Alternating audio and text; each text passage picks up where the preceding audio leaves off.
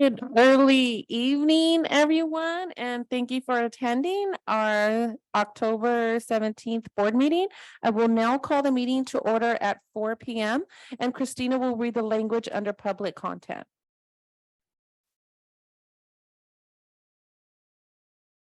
The safety and decorum of the school board meetings are important to Stockton Unified School District and the community. SUSD promotes the public's right to free speech, and we want to make sure that all community members, parents, and students are able to participate in a safe environment. We want to ensure all community members have a seat during the board meeting. We will have the maximum number of chairs allowed per fire code 132. We ask that members of the public do not stand along the side of the walls or block the hallway. Anyone standing up during the meeting will be asked to take a seat. If they do not comply, they will be asked to leave. Any accredited news media representative who is standing will have a press credential clearly visible. There is a podium positioned in the front of the first row of chairs. No one other than the person who is speaking may be at the podium except for a guardian, administrator, or translator.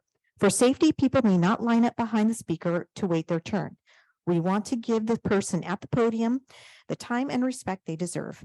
Each speaker will be allowed 3 minutes. Attendees are not allowed to enter the area past the podium where board members are sitting. No profanity or obscenity. During the board meeting, if there is a disruption, the board president or designee will give a verbal warning to the person or persons causing the disruption. If the disruption continues after the verbal warning, the individual will be asked to leave or be removed from the premises for the remainder of the board meeting. After the board meeting is concluded, we ask community to clear the lobby area in a respectful manner. Thank you. Thank you, Christina. Moving on to item 1.2, roll call, please, which will be taken by Christina. Vice President Stevens. Present. Clerk Sophia Colon. Present. Trustee Donald Denaire. Present. Trustee Cecilia Mendez. Trustee Cecilia Mendez will not be here today. She is not well. Thank you. Trustee Alicia Rico. Rico will be arriving late. Thank you. Trustee Raymond Zulueta. And he will also be arriving late. Thank you. President Angel Ann Flores. Present. Student Representative Victoria Heron. She is just, she's got a job now. And so she's going to be unable to make our meeting. So we'll take care of that accordingly. Thank you, Madam President. Thank you so much. We will go ahead and pass item 1.3 and move on to item 1.4 for our student honoree, Miss Jaslyn Jimenez, who's a student from Student Health Careers Academy. And if I can please call Mr. Aaron Mata, who is the acting principal, to the podium, please. Good afternoon, President Flores, Board Trustees, and Superintendent Rodriguez. Tonight, I'm going to be introducing to you again Jaslyn Jimenez, who is our student honoree. And before she comes up, I just want to say a few things about her, about how fantastic she is. She is a leader on our campus. She shows great professionalism. She defines what an HCA student is and what career and college ready is. Just to highlight a few of those things, she has completed 2 career technical education pathways. She carries a 4.1 GPA. When she graduates, she will have probably over 90 units of college credits. She will probably have 2 certifications in the healthcare industry. And also, she's done over 300 hours of community service. So when you look at that type of resume, she's also part of our HOSA group, which she has participated in the international competitions. So when you look at that resume, you will see that she defines what a fantastic, incredible student is. So with that said, let me bring up Jaslyn Jimenez.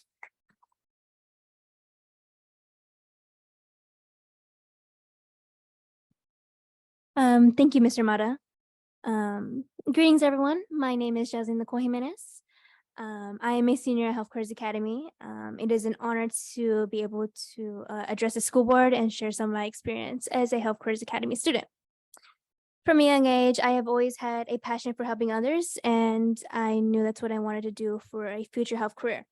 I came to Health Careers Academy because I knew it would provide me with the tools and the resources I needed to be successful within my future career of a nurse, particularly a nurse practitioner, and goals of attending the University of California, Los Angeles, and to earn my bachelor's degree within science nursing.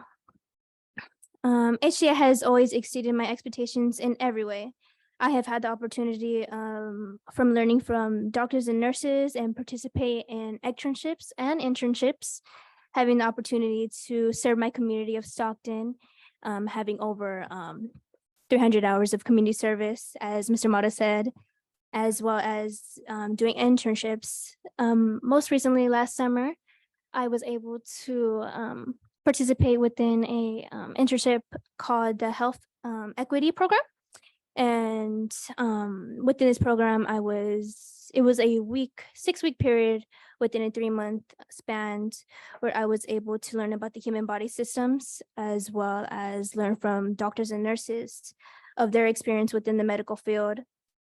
This is not all that HCA offers. It also offers the Kaiser Permanente program, where students are able to go in within a hospital setting and they are able to learn from the doctors and nurses and their occupation of what they do within the medical field, as well as the decision of medicine is the same exact concept as well within a clinical setting.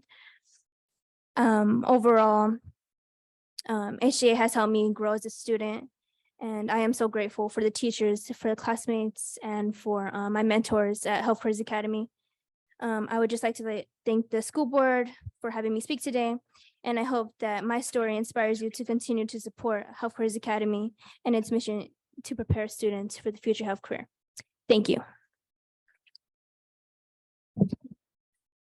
And don't leave just yet, Jaslyn. We got a photo. If you can take, your trustee is Miss Alicia Rico. So you'll get, if you can come up here with your mom, is that mom?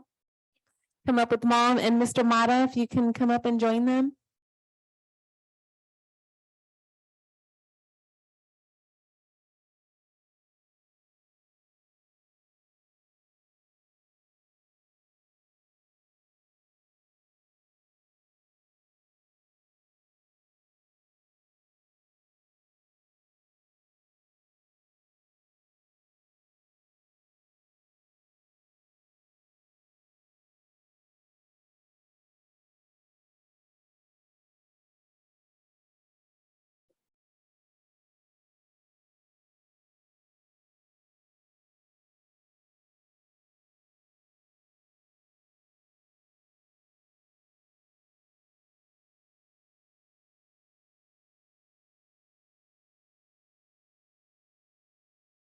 Moving on to item 1.5, oral suggestions regarding open session agenda items in section 1 and closed session, and the event will announce a number of public comments and request each person to provide their public comment in order they were received, and Abby will be the timekeeper.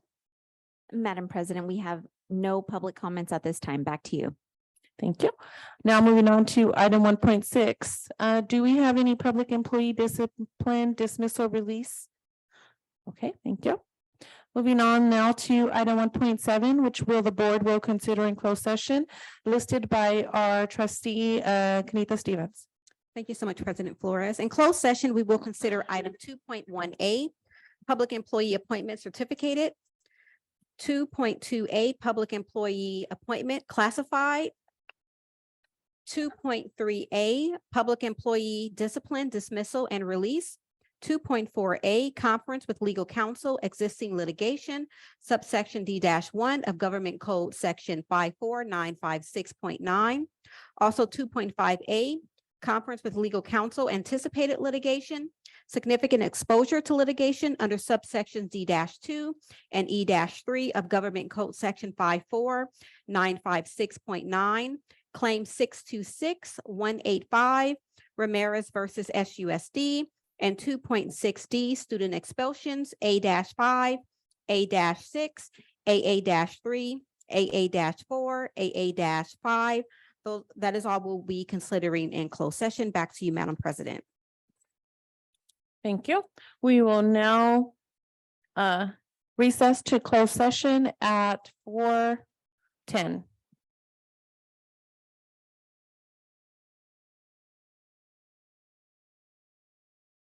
Call the meeting back to order to public session at 5:02 PM.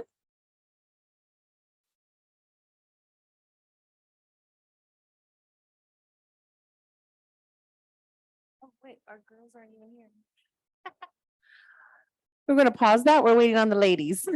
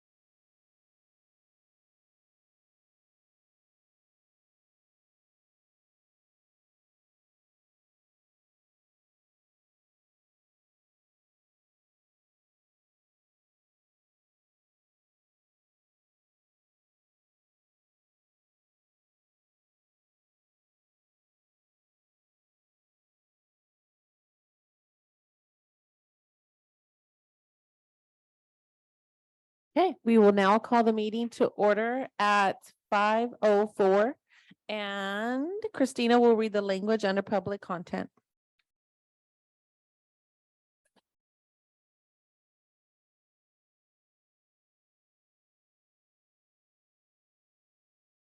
In order to ensure compliance with the Brown Act and in order to make our board meetings more effective and more efficient, trustees will speak only when recognized, and trustees who speak on a topic other than the agenda item currently under consideration will be out of order. Board meeting protocols. The safety and decorum of the school board meetings are important to Stockton Unified School District and the community. SUSD promotes the public's right to free speech, and we want to make sure that all community members, parents, and students are able to participate in a safe environment. We want to ensure all community members have a seat during the board meeting. We will have a maximum number of chairs allowed per fire code, 132. We ask that members of the public do not stand along the side of the walls or block the walkway. Anyone standing up during the meeting will be asked to take a seat. If they do not comply, they will be asked to leave. Any accredited news media representative who is standing will have a press credential clearly visible. There is a podium position in front of the first row of chairs. No one other than the person who is speaking may be at the podium except for the guardian, administrator, or translator. For safety, people may not line up behind the speaker to wait their turn. We want to give this person at the podium the time and respect they deserve. Each speaker will be allowed 3 minutes. Attendees are not allowed to enter the area past the podium where board members are sitting. No profanity or obscenity. During the board meeting, if there is a disruption, the board president or designee will give a verbal warning to the person or persons causing the disruption. If the disruption continues after the verbal warning, the individual will be asked to leave or will be removed from the premises for the remainder of the board meeting. After the board meeting is concluded, we ask community to clear the lobby area in a respectful manner. Thank you.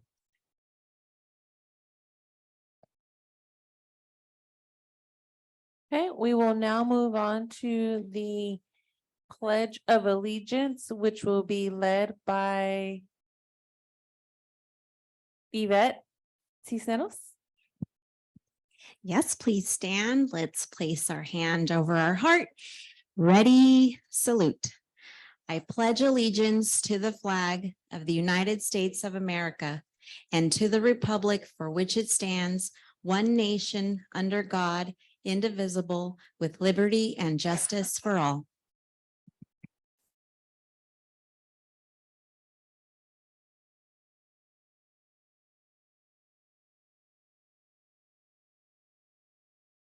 Okay, moving on to 4.2, action taken in closed session by Vice President Kenita Stevens. Thank you, President Flores. In closed session, the board motioned to approve item 2.1.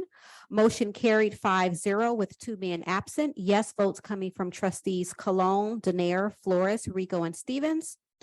And 2 absent votes being trustee Mendez and trustee Zulueta. In closed session, board motion to approve item 2.2. Motion carried 4-0, 1 abstention and 2 absent.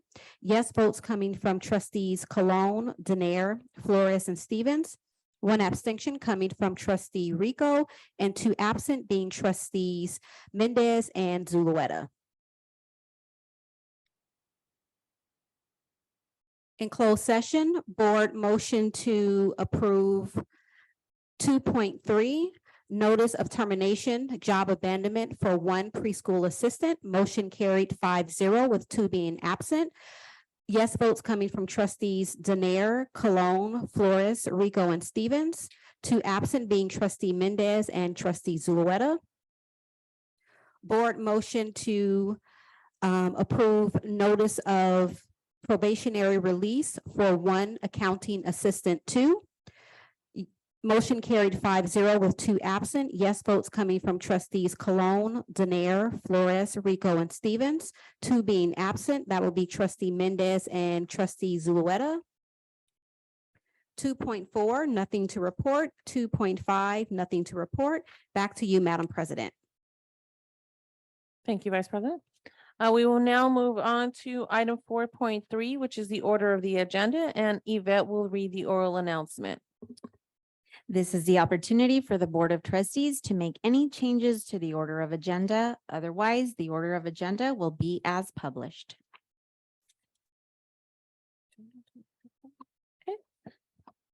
Are any of our colleagues okay with the order of agenda? Good. Okay, we'll get a motion to, I'll motion to approve the order of agenda. Can I get a roll call vote, please? Oh, second, Second coming from trustee Stevens. roll call vote? Vice President Stevens, Yes. Clerk Sophia Cologne, Yes. Trustee Donald Danair, Yes. Trustee Alicia Rico. Oh, absent. I'm not Sure. asking, I'm here. She's here. Yes. Thank you. President Angeline Flores. Present. I mean, yes. Thank you. It's the vote is 5-0 with 2 absent, trustee Mendez and trustee Zulueta absent. Moving on to item 5.1, any oral suggestions regarding open session, and Yvette will announce the number of public comments and request each person to provide their public comment in the order they were received, and Abby will be the timekeeper. Thank you, Madam President. There are no public comments under 5.1. Okay, 5.2, oral suggestions and comments from the community regarding non-agenda items. Madam President, we have no comments under 5.2. Okay, moving on to item 6.1, approval of consent items, and Yvette will read the oral announcement. Does any trustee have any item they would like removed for separate consideration as an action item? After any items are removed for separate consideration, there will be a vote on the consent items without any discussion. Back to you, Madam President. Are there any discussion? Any discussion? No. Okay, can I get a motion to approve item 6.1? Motion to approve item 6.1, trustee Stevens. Can I get a second? Second. Seconded by Clerk Cologne. Any discussion? Roll call vote. Vice President Stevens? Yes. Clerk Cologne? Yes. Trustee Danair? Yes. Trustee Rico? Yes. President Flores? Yes. Motion passes 5-0 with 2 absent, trustee Mendez and trustee Zulueta absent. Moving on now to item 7.1, which is our presentation from FCMAT from the April 2023 Fiscal Health Risk Analysis for Stockton Unified.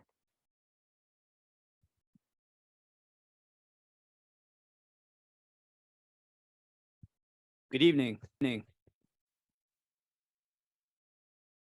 Give me President Flores, Board of Trustees, Superintendent Rodriguez, staff and community. My name is Jeff Potter. I am with FCMAT, the Fiscal Crisis and Management Assistance Team. I appreciate the opportunity to address you this evening. How's my microphone usage? Okay. For those who may be unaware, FCMAT is a state program that's funded by a state appropriation through the Kern County Superintendent of Schools. We provide fiscal and operational guidance and assistance to local educational agencies throughout California. This evening, I will be presenting a report called a Fiscal Health Risk Analysis, which hopefully you've had an opportunity to take a look at. We also call it an FHRA, so you'll hear me refer to it as an FHRA. This was a study that occurred at the school district as a result of the San Joaquin County Office of Education declaring the Stockton Unified School District a lack of going concern in October of 2022. In accordance with the provisions of Education Code 42127.6. The county office based their declaration on the following. Unreliable budget development with the district's 22-23 adopted budget having been conditionally approved at the time. Insufficient budget monitoring and updates, inadequate cash management, mismanaged collective bargaining agreements, inattention to enrollment and attendance reporting. Forgive me here.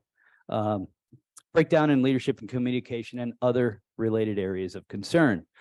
Among the actions required by the county superintendent as a result of the declaration of a lack of going concern was that FCMAT conduct a fiscal health risk analysis, which is the report that I'm presenting this evening. It's important to note that the study occurred at no cost to the school district or the county office. It was performed as a result of legislation included in the 2018-19 Budget Act, Governor's State Budget Act, which provides state allocation to FCMAT to conduct these studies at school districts in need of early fiscal intervention.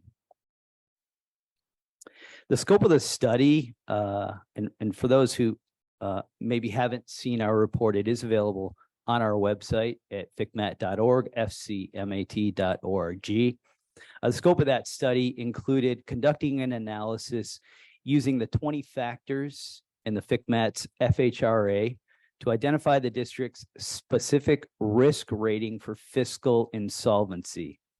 It includes a number of yes/no questions relative to each functional area listed in the report.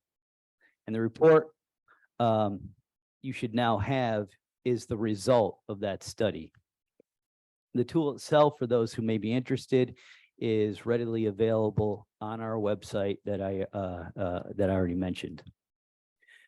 The FCMAT study team consisted of 3 individuals, myself, Marcus Weirweck, and John Loads, who is our technical writer at our home offices in Bakersfield. The report is a result of documentation provided by the school district, as well as our interviews of district staff members, including district leadership, when we conducted our field work in April of this year. It's certainly possible that some of the concerns outlined in the report have already been or are currently in the process of being corrected or addressed by the school district.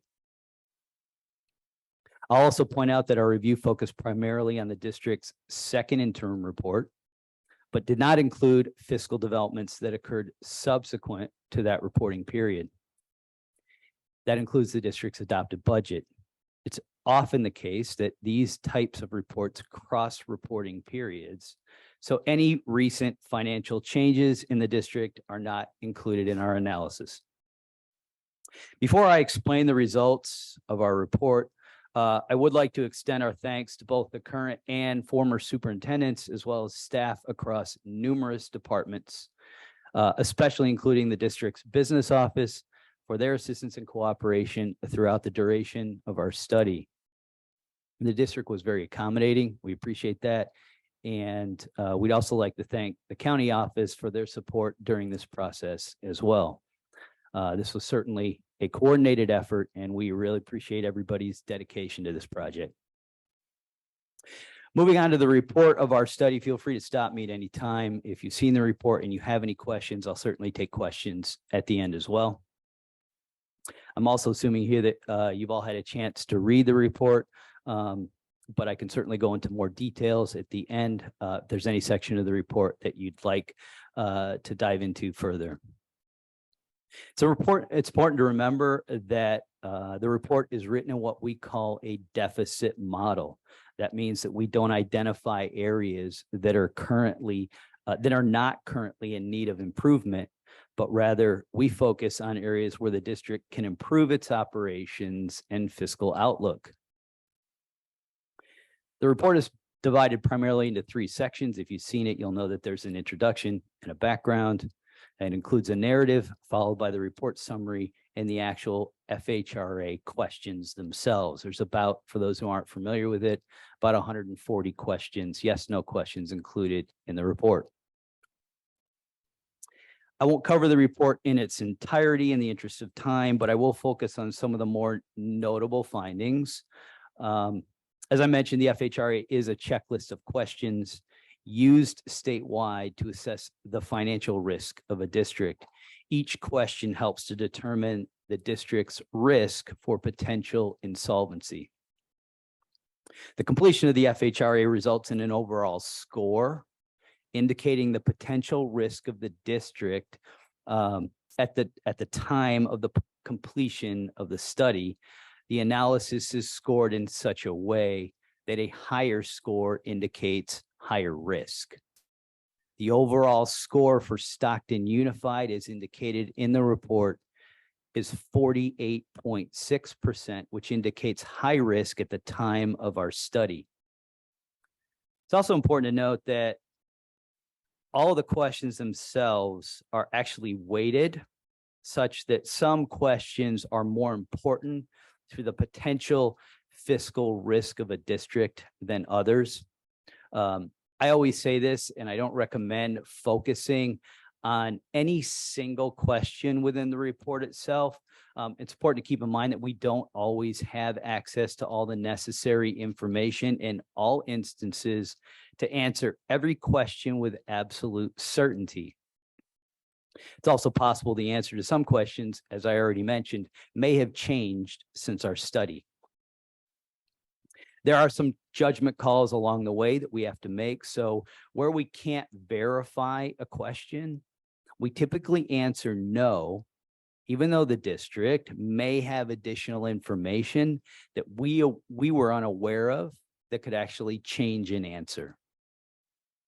So keep in mind as you review the report, the underlying themes that emerge are really more important than any singular question.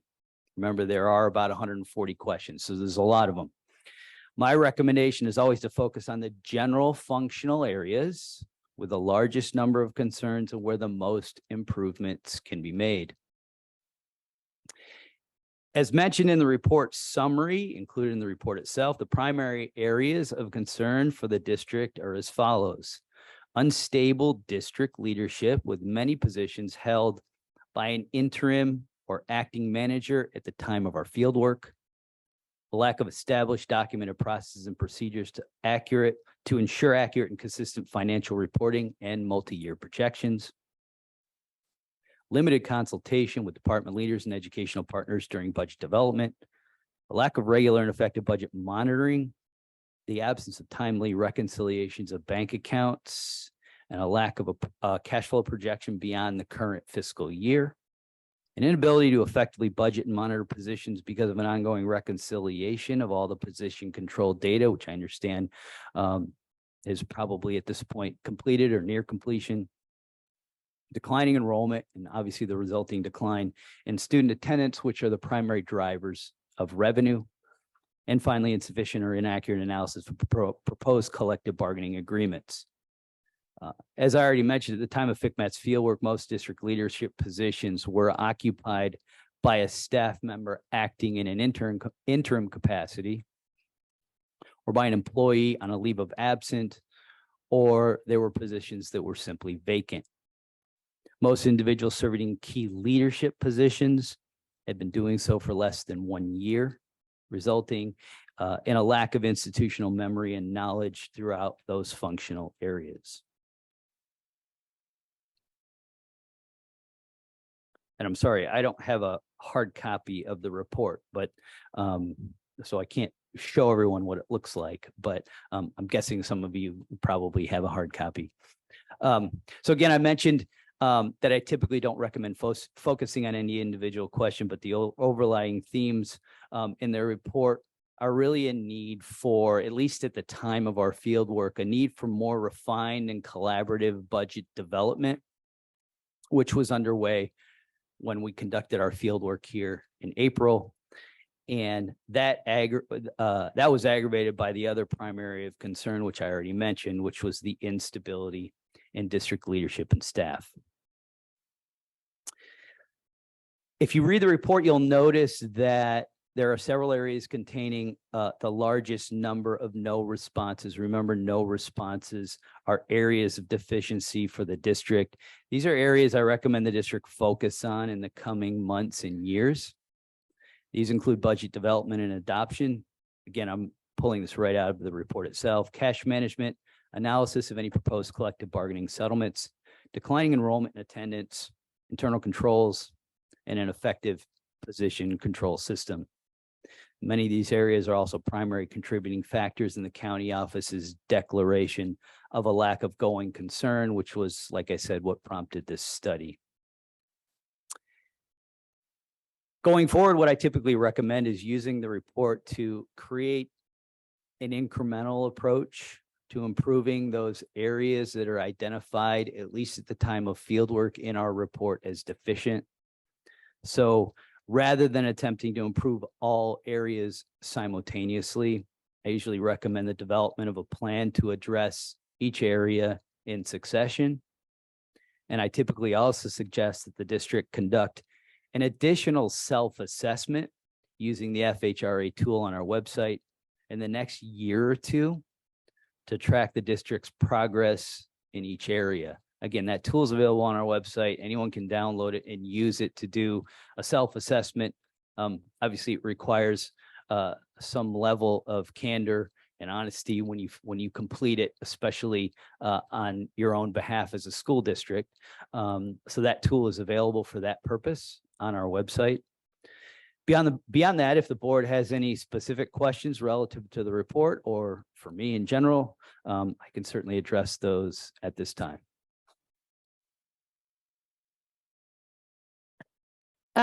If the board doesn't mind holding their questions until we get a response from our staff, and then we can ask questions, is that okay? Sure, Be fair? of course. All right.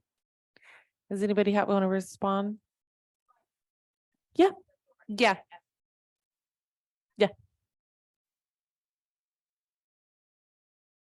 Thank you, Peter. Or it was Jeff. Jeff, sorry. I have to tell you, my mother was going to name me Peter Oh, because that was her favorite name in the whole world. But my last name is Potter. Potter. That's right. I do have it on my I paper, just right? will leave it there. I I'm get tongue twisted so up here. thankful that she made the right decision. I'm so sorry, Jeff. It's quite all right. If it makes any difference, my name gets butchered and it's 2 words, one, and it still gets butchered. So I feel you. I actually respond to Peter because my sister married somebody named Jeff, and to keep us separate, she calls me Peter sometimes. Oh, So see? it's actually a true Today story. family. So when you said that, I felt sure, no problem. You're welcome. Now I'm your sister. Welcome, Miss Joanne. gonna actually have Willie up here with me too, because he's Okay. been on this journey of us trying to correct this item. So just in case he has any input of what I'm gonna discussing.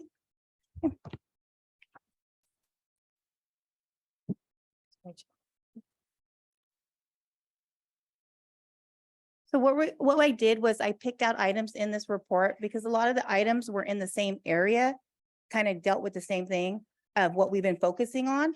So the items that I'm going to be talking about is budget monitoring, enrollment and attendance, facilities, general fund current year, and additional items. So one of the items was, has the district addressed any deficiencies? Oh, sorry. The County Office of Education has identified in the oversight letters in the most recent and 2 prior fiscal years. So our letter of concern had us with some items where it's the position control, cash management, our AB 1200s, and our one-time funding. Our position control, we have been working with HR to get that rectified. One thing we are starting is with our budget analysts. Each reporting period, they are going to be in charge of having a FTE spreadsheet, which that is full-time employee spreadsheet. And they're going to be checking that against any reporting that we have to see if there's any positions that are changed, if they're in the right, correct assignment. And every time they submit for first interim their packages, they have to submit that to us. We're going to check over that and I'm actually check it with HR to make sure our records match. One thing we also are going to stop doing is we are not recycling PCN numbers. That is not going to happen anymore. Once the position is closed, that PCN goes away. So then we would create a new position, because that was one thing that was an issue that we found was position numbers are being recycled and moved, and position numbers should never be moved. They should stay at the site that they're at, and we move the person, not the position. So that is one thing that me and Glenda Lee has agreed was that position numbers were not going to be recycled anymore, and that will help us with monitoring. Is there anything you want to add? Okay. Cash management. So cash management, unfortunately, because of the change in leadership, has not been reconciled for about 2.5 years. We started working on that. We have reconciled it up to September, so it is up to date. It's always due, our reports for cash is always due the 20th of the next month, because we have to wait for county to post their side. So because we are not right now on the same system in county, we have to reconcile to their account and then also the state county treasurer. So there's two different programs that we have to actually reconcile against. So when we started this and we've been working on it, we started with 792 items that were outstanding that we had to research that dated back to almost 1920. We are down to 62 items right now. There's always going to be outstanding items because items are not going to clear in the same month. It depends on the day that county stops their posting and when we stop our posting. So there is going to be an overlap and there is going to be items that are sitting out there. We just need to make sure that we're reconciling in the next month and clearing that item and it's not sitting out there. So one thing that we have done is we signed a budget analyst to that and we've segregated duties. We get a report from county that tells us all our cash items that are coming in. Our account tech will post that. Our budget analyst reconciles the report for the month. Checks if any items are in there. If there's any errors, he reaches out to that person or he reaches out to departments to find out the correct code. We post it off that. So there's a segregation of duties. One is going to be actually posting. The other one's going to be reconciling to make sure that we put everything in accurately. AB 1200s. So the big issue with that was when we had MOUs come to the board, there was not an AB 1200. We are required to do an AB 1200. County requires for us to approve it. And the AB 1200s were either being done after, and they were not being done by the business department. They are now being done by the business department. So any MOUs that are coming to the board that has any financial impact to the budget has to be, an AB 12 has to be completed. We have to at least have 5 days to submit it to county for them to approve because they check it before we submit it to you. And that's how the process is going to be. Me and Glenda Lee came up with a process that no MOUs will be put on the board agenda unless an AB 1200 is there. So that's one thing I will ask. If you happen to see an MOU come through, always look for the AB 1200, especially if it has any financial impact on it. One-time funding, we have identified the positions for our ESSER that are being paid right now at ESSER, and we are moving them. There are some that are going to general fund, but we've also been able to identify $6 million that will go to different funding sources. So that won't be an impact on general fund. We'll be able to save those positions. There's more. My analysts are working hard to find the positions, looking at grants to make sure that it's allowed and being able to move those positions once our ESSER is done next year back into either a general fund or into a different funding source that's allowed that expense. I want to make sure I'm understanding right. So the funding that we have in ESSER, Mhm. you're gonna move some of that funding into different accounts? The positions, the expenses, so the positions that were on ESSER right now. Okay. Once it runs out, it was all, when we did budget development, we were all putting it back into general. But we've been able to identify other funding sources, so it's not such an impact on general fund. Okay. That way got we it. don't have to eliminate those positions and we're able to use other different funding. And we're also, my team is also looking at all positions to make sure that we're funding at the correct level. So we want to make sure if there's something that's being paid to general, but we know there's a different funding source, it needs to be moved over there. So it takes the stress off the general fund and we can pay it with that grant. So that's what we're working on right now. And the oversight with the budgets, at the beginning of the year, an email went out district-wide, assigned, that had a list of all the budget analysts that are assigned to programs and sites and also grants. So that's been sent out. We're always encouraging all the program sites to reach out to their budget analysts. They can set appointments, they can sit there and discuss what positions, any expenses that are happening. And our budget analysts are available at any time. So all of them have a printout now that shows who their budget analyst is. And they can also reach out to me, Willie, or the budget manager. Anything else? Yeah, go ahead.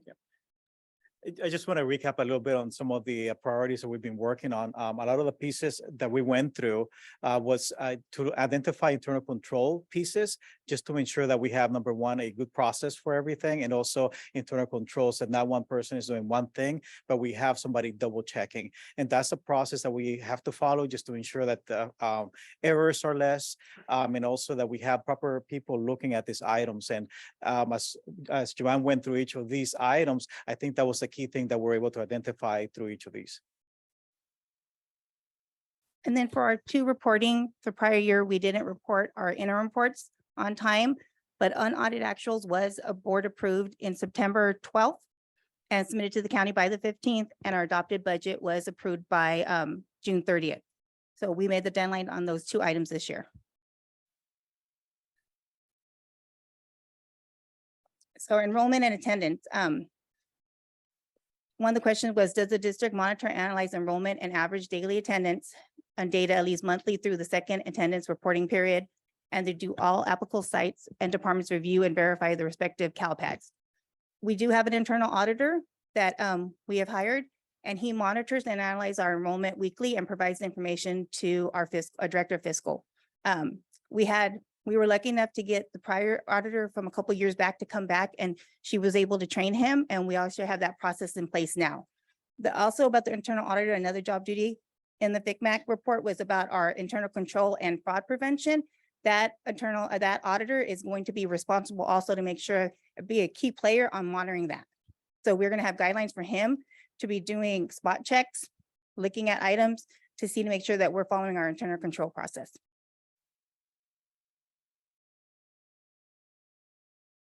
Question, are we working with the county's person that they have here still? It says that you hired an internal auditor, but are we still working with our county office of ed? So we Staff? have to have an internal auditor for the district. The county fiscal expert, we don't know the situation right now. So there is a transition at the county level, and so we will be receiving a new internal auditor from them. Okay. Yeah.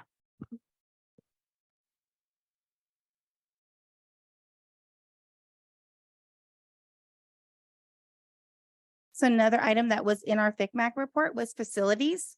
Does the district properly track and account for facility related projects? Does the district include facility needs? If the district passed a Proposition 39 general obligation, these were all questions in our FICMAC report. The biggest thing was we didn't have a facility master plan.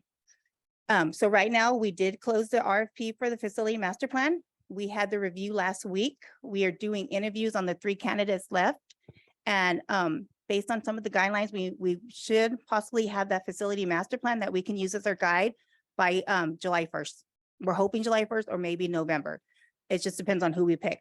So that is in the process of us finally having done. And that's going to help us be able to guide of how we're going to use the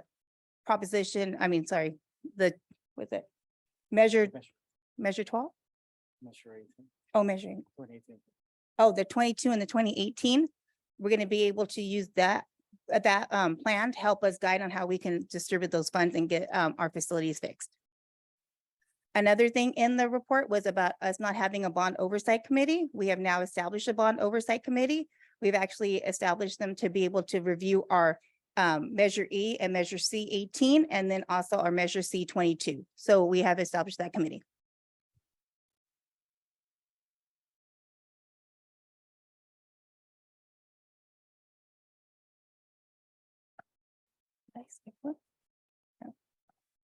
Okay, general funds are current year. Does the district ensure the one-time revenue do not pay for ongoing expenditures?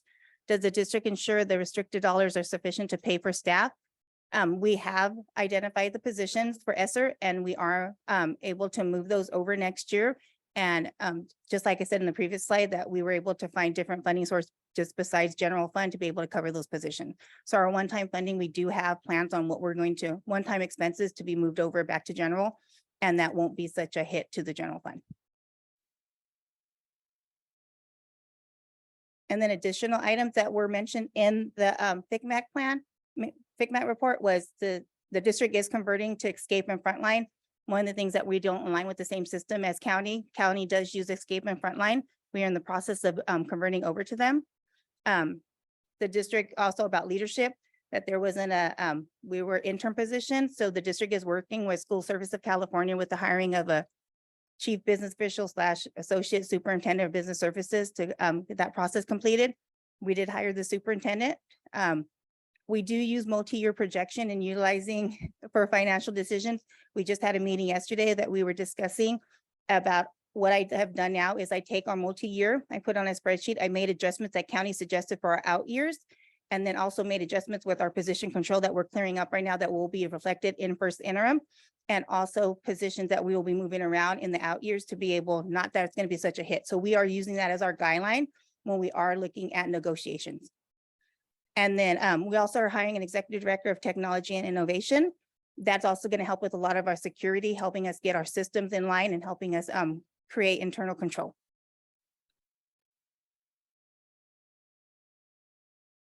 Okay.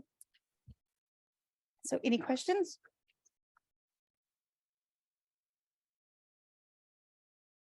A question. So I thank you for this presentation. I appreciate all the highlights and the good work that's being done. I'm wondering, the processes, are they in maybe not a physical book, but are they placed somewhere where years, 2 years, 3 years, whenever we can go and access whatever what these good Yes. processes are? So that was one thing I wanted, was to make sure this process was online, that whenever there's change in any positions, that it's there and you can see it. So one process that we did complete and we had approved by the CD was our procurement and policies procedures, and that is available now on our purchasing website. What we're going to have is links to our business department that will link out to them, but all the items for purchasing for the procurement is right on there. Next thing we're working on is our time accountability. Once we get that approved by CDE, that will be put on to our website, but it will link to where people, if they're on state and federal, they can link it to our website to see it. Yeah. Just to add to the procurement, we also had trainings with various departments. And I think as we continue on with the purchasing manager, we discuss having this every year, just to kind of as a refresher, just to ensure that not only we have it, accessible to people, but also that we go through a training on a yearly basis so that people, we all know and tend to forget sometimes. So at least it's available to us. And then also one thing that we're going to start in November is we're going to have monthly meetings with school admins, with program techs, with sites. It's going to be, we're going to start off with elementary first in the morning, and then the afternoon would be high schools and programs. And that's to give them any updates. And that will deal with accounting, budget, payroll, purchasing. We're going to make sure that's on a monthly reoccurring, that they can come attend this meeting so they can always get refreshed and ask any questions, because we had something come up today and we started thinking, well, if we just had these meetings and gave them these updates, that'll help them get informed and let them know where it's at on the website, what our policy and our procedures are, so they know, and it's not a last minute thing and we're all trying to rush to get it done. So we're going to start having our weekly meetings with, monthly meetings with them.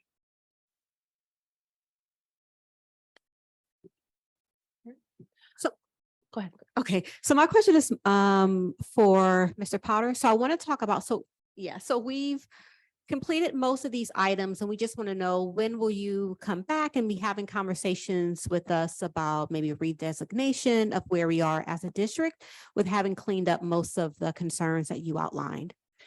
Good question, and I get this question a lot. Relative to this study, we will not be back. This is, so we come once for early intervention. We conduct a fiscal health risk analysis for the district to identify those areas. I mentioned early intervention, those areas of the district it can make some improvements in areas where there may be some weaknesses.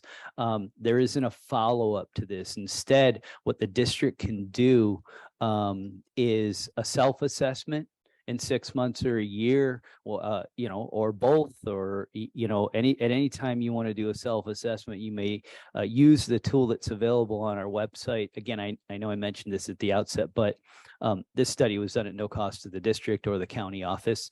It's paid for through a state appropriation that was included in the 2018-19 Budget Act. So we don't do follow-ups for these. It's really, the report is for the district's information and action. There isn't a subsequent FHRA that we will conduct. It doesn't mean that the district couldn't engage FCMAT at some point in the future if you wanted to. That would be at your discretion. You can simply reach out to FCMAT and request assistance, much like any other district would. But as far as this project and the FHRA that we're discussing this evening, this is the end of that project and the end of that study. So based on the presentation that we received from our staff, is that enough steps forward to reduce? I know there was some conversation, like, realistically, are you guys expecting us to clear out all of those findings by a certain time? Because realistically, I don't see that doable. And so are we going to be in trouble for that? Like, what does that look like? No. So I can say this with near certainty, there wouldn't be a district in California, almost certainly, that would score, say, 0 or even, below 10. If there's been one of those, I certainly haven't conducted a study or seen a report like that. But if you do a self-assessment, you can monitor your own progress. We aren't going to do that. FCMAT's not going to do that. But you may want to communicate with the county office, because obviously with their statutory oversight responsibilities, they're certainly going to be working with the district and interested in the improvements and corrections that the district makes relative to those areas identified in the report that have deficiencies. So we won't be doing some kind of a subsequent study even on our own to determine if the district has corrected every item in there. Obviously, as time passes, that report changes. And so hopefully a lot of the no's become yeses. It can happen over time too, that some yeses become no's with any district, Stockton Unified being no different. And so, there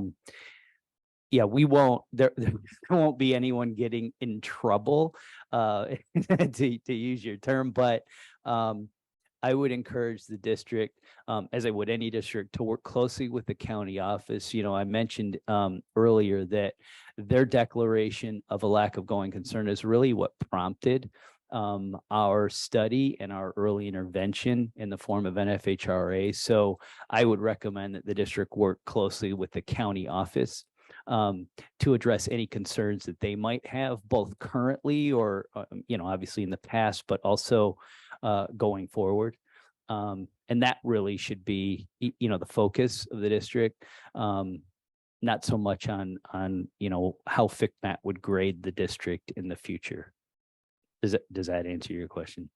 Yeah, so we're taking steps, we're moving Yes. forward. Say we get to a standstill. Mm-hmm. No more oversight. We're done. We can continue for the better, which we do plan on doing, but worst case scenario, say it doesn't happen. Yes. And we still stay where we're at. You guys are still not coming back unless the county office of ed. So from here on out, you're walking out the door. Just, I'm using analogies, right? Yes. And now we're just dealing with the county office of ed. So this way I understand. Yeah, so we could come back to any district where we have conducted an FHRA, especially because remember an FHRA, especially in an instance like this where it was what we call triggered. So there are different criteria that we use to identify districts in need of early intervention. And in this case, it was the declaration by the county office of a lack of going concern. And so that's why I mentioned it. It's really important to work closely with the county office. Doesn't mean a district, any district, couldn't experience fiscal challenges and weaknesses and concerns relative to anything else at any time. But with regard to this FHRA, the report is the deliverable. We won't be returning to do a subsequent FHRA. Now, obviously, if the fiscal outlook, the fiscal landscape of the district changes, of course, we could come back for a different reason, to do a different type of study. But it, and it probably might, probably be more focused. I mean, it's hard to say. I mean, we're speaking in hypotheticals, but it would probably be something more focused. And who knows what would, prompt our return if something like that ever happened. And what's true for Stockton Unified is no different for every other district where we've conducted these early intervention studies. So could we return? No different than any other district. So my final question now is the letter comes off of the last report. The letter? We got, the letter, the high risk analysis letter that the we got. report? Yeah. This report? Okay. Yeah. So I just want to confirm it's based on before you got the work that we're doing now. Correct. Okay.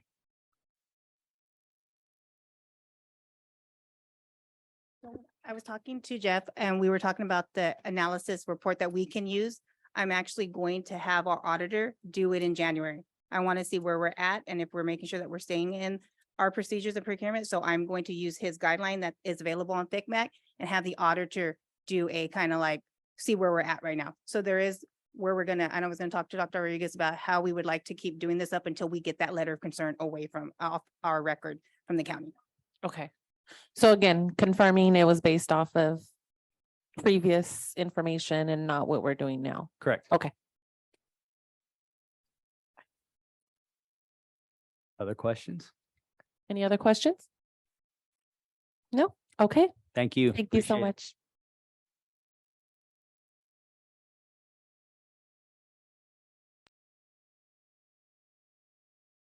Moving on now to item 7.2, which is a presentation for the approval of the 23 through 26 master plan for English learners.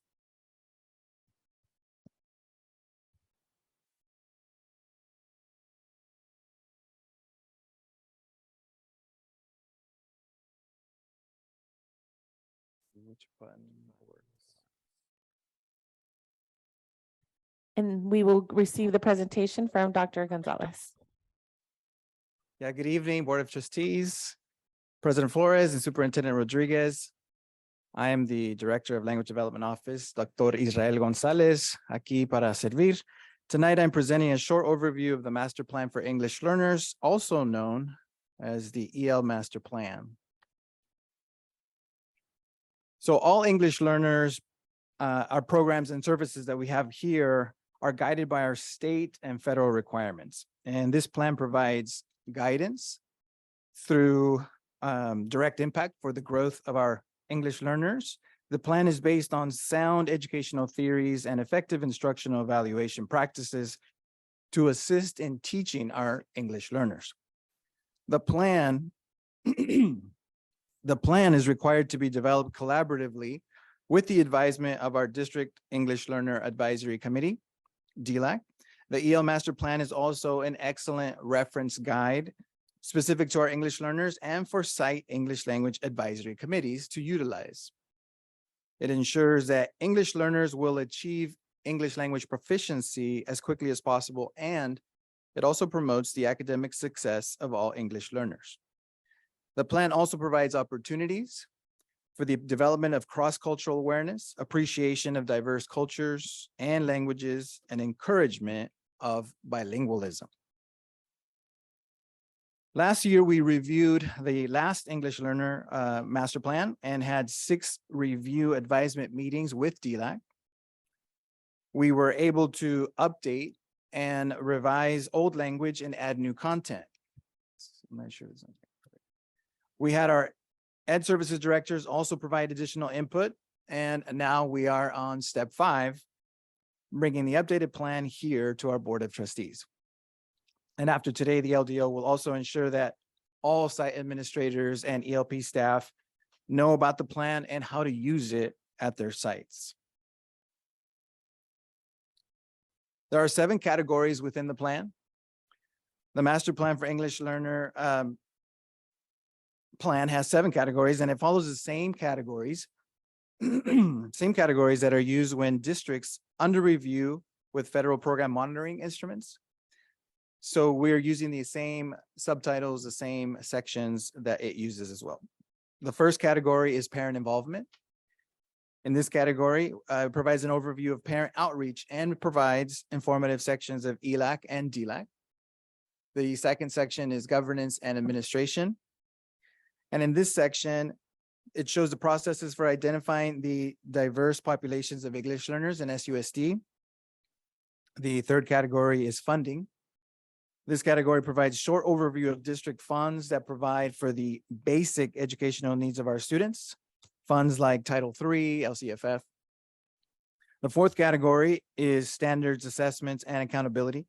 This section shows the multiple measures, monitoring of English learners, and documentation that we utilize to improve student learning. The fifth category is staffing and professional learning. Here, the plan defines different approaches in ensuring that all educators in all levels across SUSD are prepared to meet the needs of English learners. The sixth category is opportunity and equal educational access. And in this section, this addresses the state requirements and the approaches that provide equitable access for our English learners. The last category, the seventh category, is teaching and learning. And in this section, we incorporate the culturally relevant instructional strategies that address the diverse needs of English learners. So within the English language master plan, there are many informative pages, but there are a few pages that have great topics to review for school sites, teachers, and community. For example, page 13, one of the first few pages, it's a great starting point for sites to know why ELACs are formed, followed by some legal citations that are a good source to review. Also, page 45 has a section on reclassification criteria. On this section, this is also another important area because it is a high interest to our district, as we would want to continue in increasing our reclassification of our English learner students. Page 64, that provides an overview of language acquisition program models, followed by the language models that we have here in SUSD. So some example of the language models are like the 50-50 program, the 90-10 program, or the late exit. On page 77, that's an excellent source for instructional strategies. And if the reader is reading the EL Master Plan on PDF, then they also are able to use the active links to see examples and go more deeper into the strategy that was selected. So these are just a few of the highlighted pages within the EL Master Plan, although the entire plan is very informative, very useful. So the EL Master Plan is a document that is reviewed and revised on an annual basis. We do expect changes from the state or federal government to continue in the nearby future, but this EL Master Plan this year is the 2023 to 2026 EL Plan, I believe has had its biggest update yet. There are pages with active links, downloadable content. A lot of the content has been updated. There are updated scale scores by the state, ranges and data, added content to the seal of biliteracy section, and some evaluation tools. There's also a few pages that provide links to strategies that could be used in the classroom today. The EL Master Plan is an excellent source for all services and programs focused on English learners, and it provides guidance for sites and all educators who work with our emerging bilinguals. One of our main goals for the English Learner Master Plan is for it to be used collaboratively within departments, within sites, and instructional frameworks that connect to and enhance the growth of English learners. So that was my short presentation. This concludes the presentation of our master plan for English learners. If there are any questions, comments, please feel free to ask. Where would a parent look to find this plan at? The plan right now is on the LDO webpage. It's if you go into the department section and find the language development office, there is an EL master plan link on the left-hand side, and there's also an EL master plan link on the right-hand side.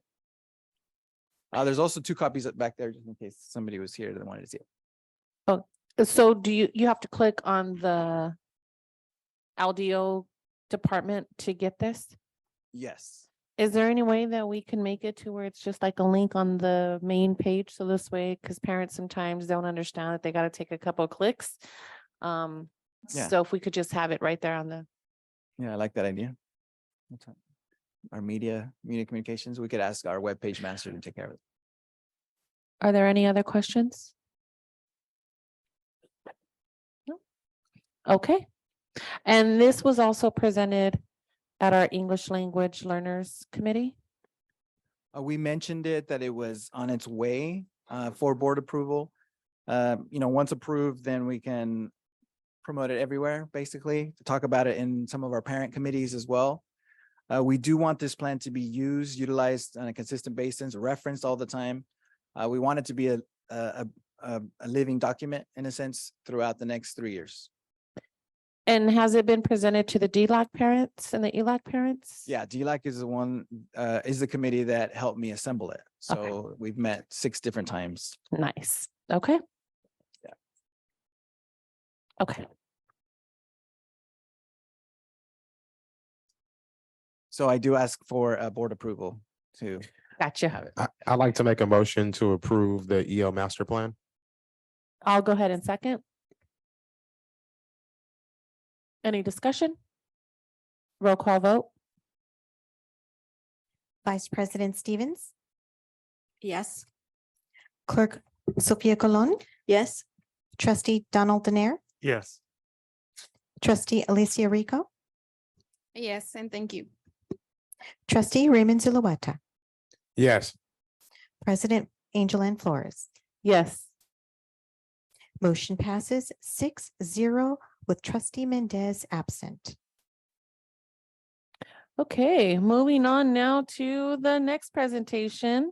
Discussion regarding issuance of 2023 general obligation bonds, 2014 election, 2023 Series C, Ed Tech bonds, and 2023 general obligation refunding bonds.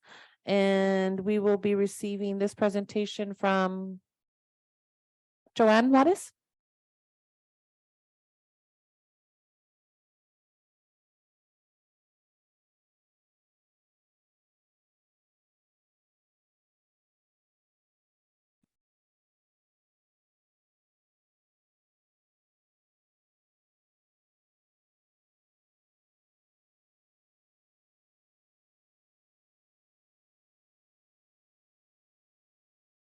So this is more of an information. I don't have a presentation. These 2 items will be brought to the next board meeting. They're 2 bond items that we're doing, and the first one is the technology bond. We are asking for the authorization to sell $30 million in general obligation bonds for a Measure E. This will help with the replenishment of Chromebooks, making sure that technology is up to date, and then also for our safety. With our technology Measure E bond, we can also use it for technology for safety, for cameras, for any kind of need that we need for the safety of the school sites.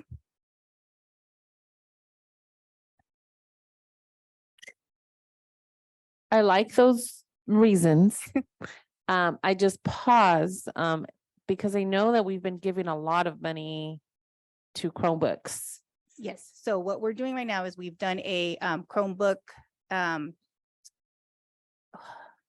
inventory, inventory that we've had them working on to make sure of what we have out there still. Some of our Chromebooks are outdated, and so we do need to upgrade some of those.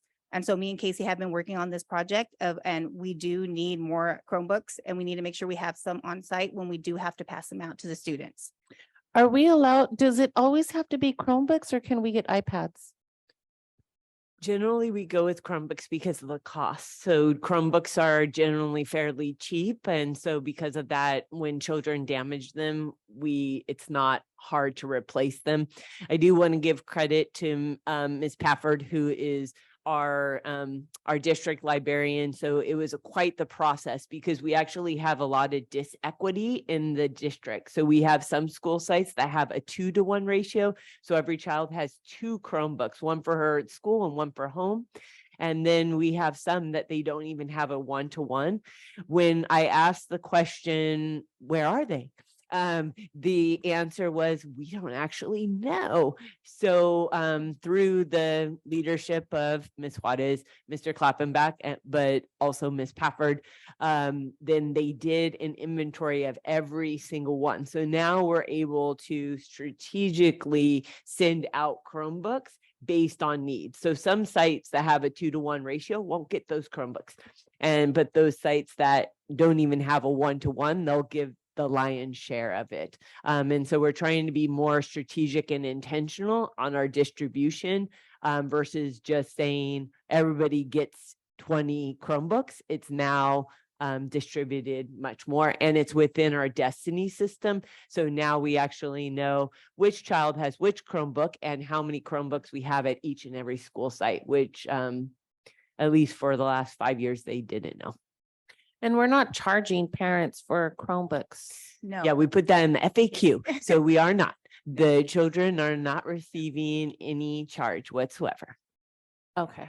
And this does create the 1-to-1. Is that what we're saying? This So is creates at least the 1-to-1.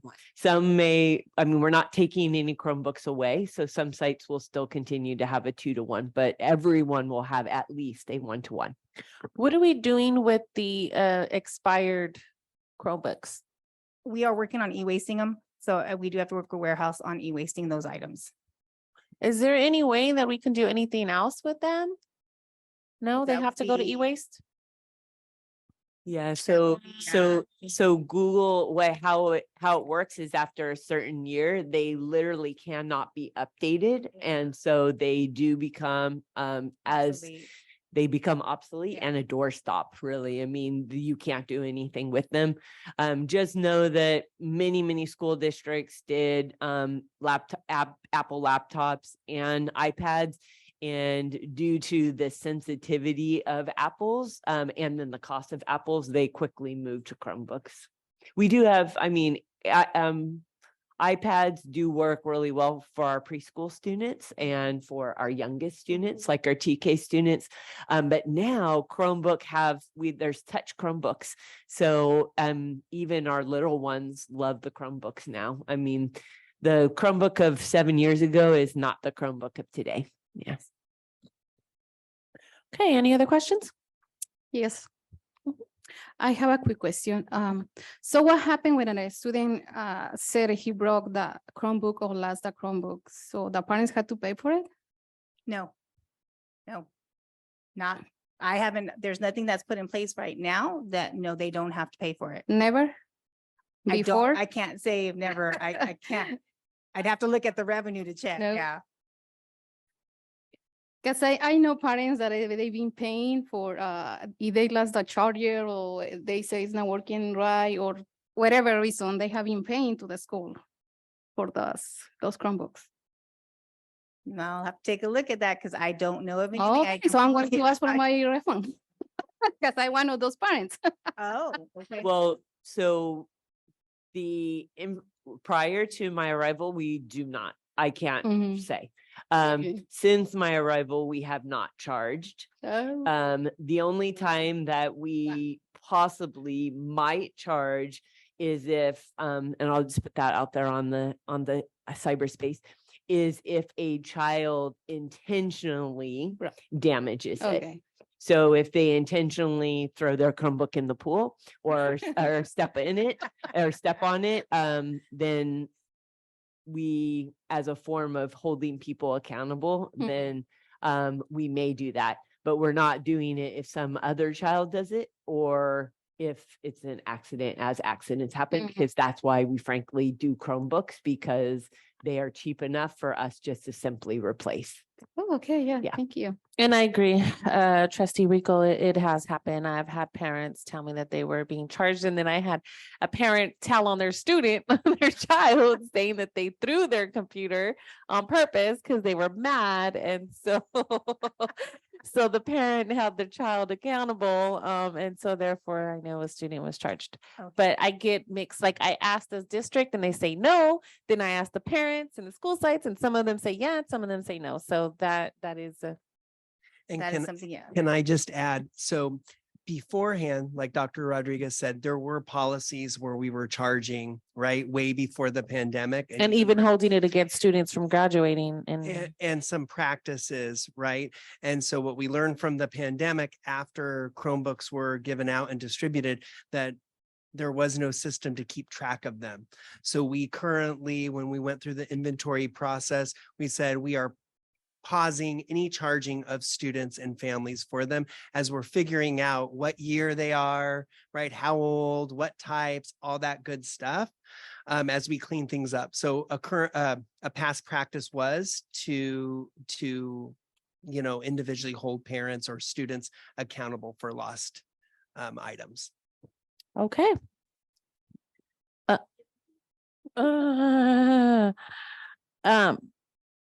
This is just for information, right? I have one more, and then there's a second resolution that we are going to, some of our bonds, our GO bonds are available for refinance.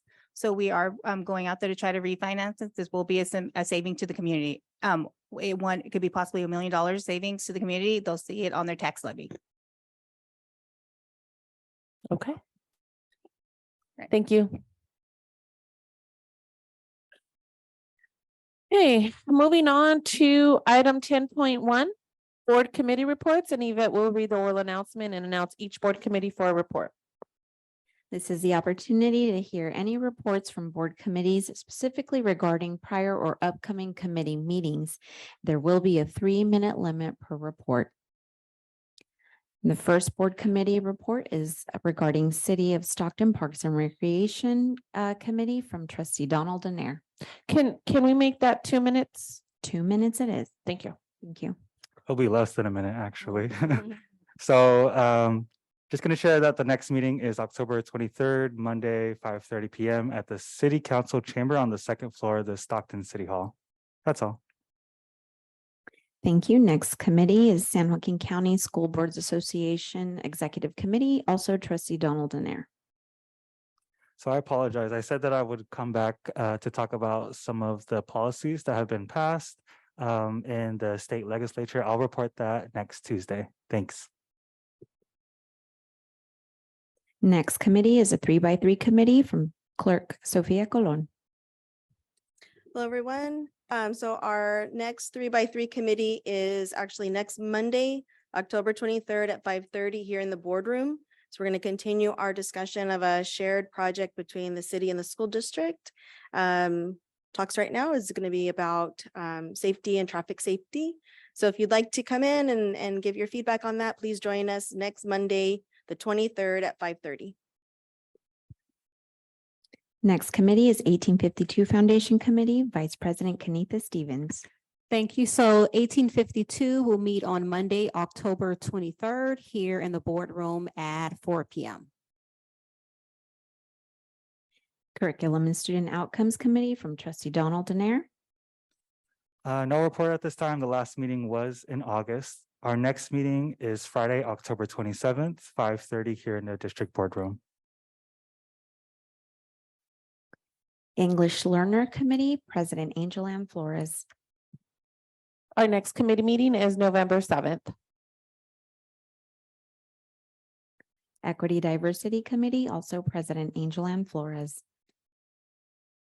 Our next meeting is scheduled for November 15th at 5:30. Safety and Student Conduct Committee, Vice President Kenita Stevens. Our next meeting is October 27th here in the boardroom at 5:30 PM. Board Policy Committee, President Angel Ann Flores. Our next meeting is scheduled for October 26th at 5:30. Budget Oversight Committee, Vice President Kenita Stevens. Our next meeting is November 13th, 4 PM here in the boardroom.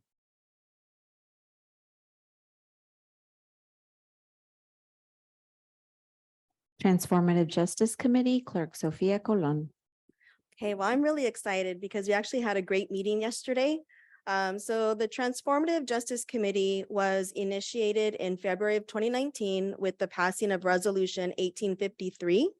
But that's not actually the beginnings of Stockton Unified's restorative justice program. We had a great presentation yesterday presented by Marianne Centella, our Director of Student Services Department, and Jennifer Robles, our school counseling program specialist, and they took us through the history. And so we learned that Stockton Unified's restorative justice beginnings actually took us back to 2014 with the Department of Justice focus on our disproportional expulsions. Then we learned about the Project Prevent grant that ran through 2015 through 2019 at 4 of our schools.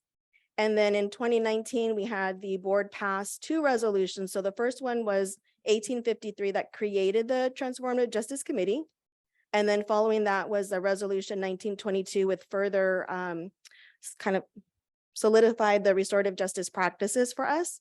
So we know that in 2020 and subsequent years were kind of rough. So with a lot of turnover and change, the rollout in my words just kind of went to a slow stop. I shouldn't say stop because actually the counseling department still continued these practices. So some schools were able to, if they wanted to practice these restorative justice policies, they certainly could. There's a robust training that we have staff that still is trained on and will still provide these services. But the rollout district-wide kind of fizzled. So what I'm really happy with this committee is that we're able to kind of bring it back. Now that we've learned this great context and history, we can now see the way forward. And so with that, we're looking to at our Clerk next Colon, meeting. I'm sorry, that's time. Next meeting, December 11th, 5:30. Black Students Thrive Committee, Vice President Kenita Stevens. Sure. So we are hosting our Youth Speaks Dinner and Data Friday, November 3rd, 5:30 PM at the Amelia Adams Whole Life Center. And the flyer will be going out to you all this week. Final committee is Board President Roundtable Standing Committee, President Angel Ann Flores. Our next meeting is scheduled October 26th at 4 PM. So grab your dinner, come at 4 and stay for our policy. So President's Board and Policy, come hang out with us. That concludes all committee reports. Back to you, Madam President. Moving on to item 10.2, brief reports on trustees' activities. And for the sake of time, 2 minutes, please.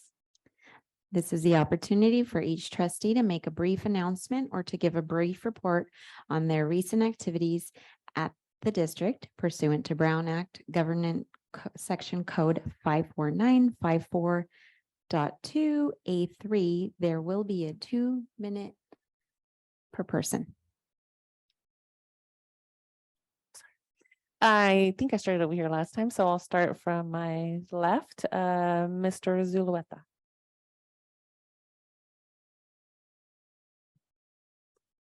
Good evening, everyone. I don't really have too much of a report. I just want to make sure that I bring some attention just to some of the phone calls that I've been receiving just from families in the community. There's been a lot going on in our school district with regard to like students and safety. And I guess the overarching ask of parents in our community has been just more communication. At this point, our parents are really feeling that it takes them a while to receive notifications on what's going on in our schools, whether good, bad, or ugly. What they're asking for is for us to have, over communication before we have, communication that comes too late or communication that comes in where we wait for all the information to come before we let them know, what's going on, in the district with their students and in our community. Quite often, we may notice that our families, they get the information a lot faster than we provide it. And a lot of times that information is not credible.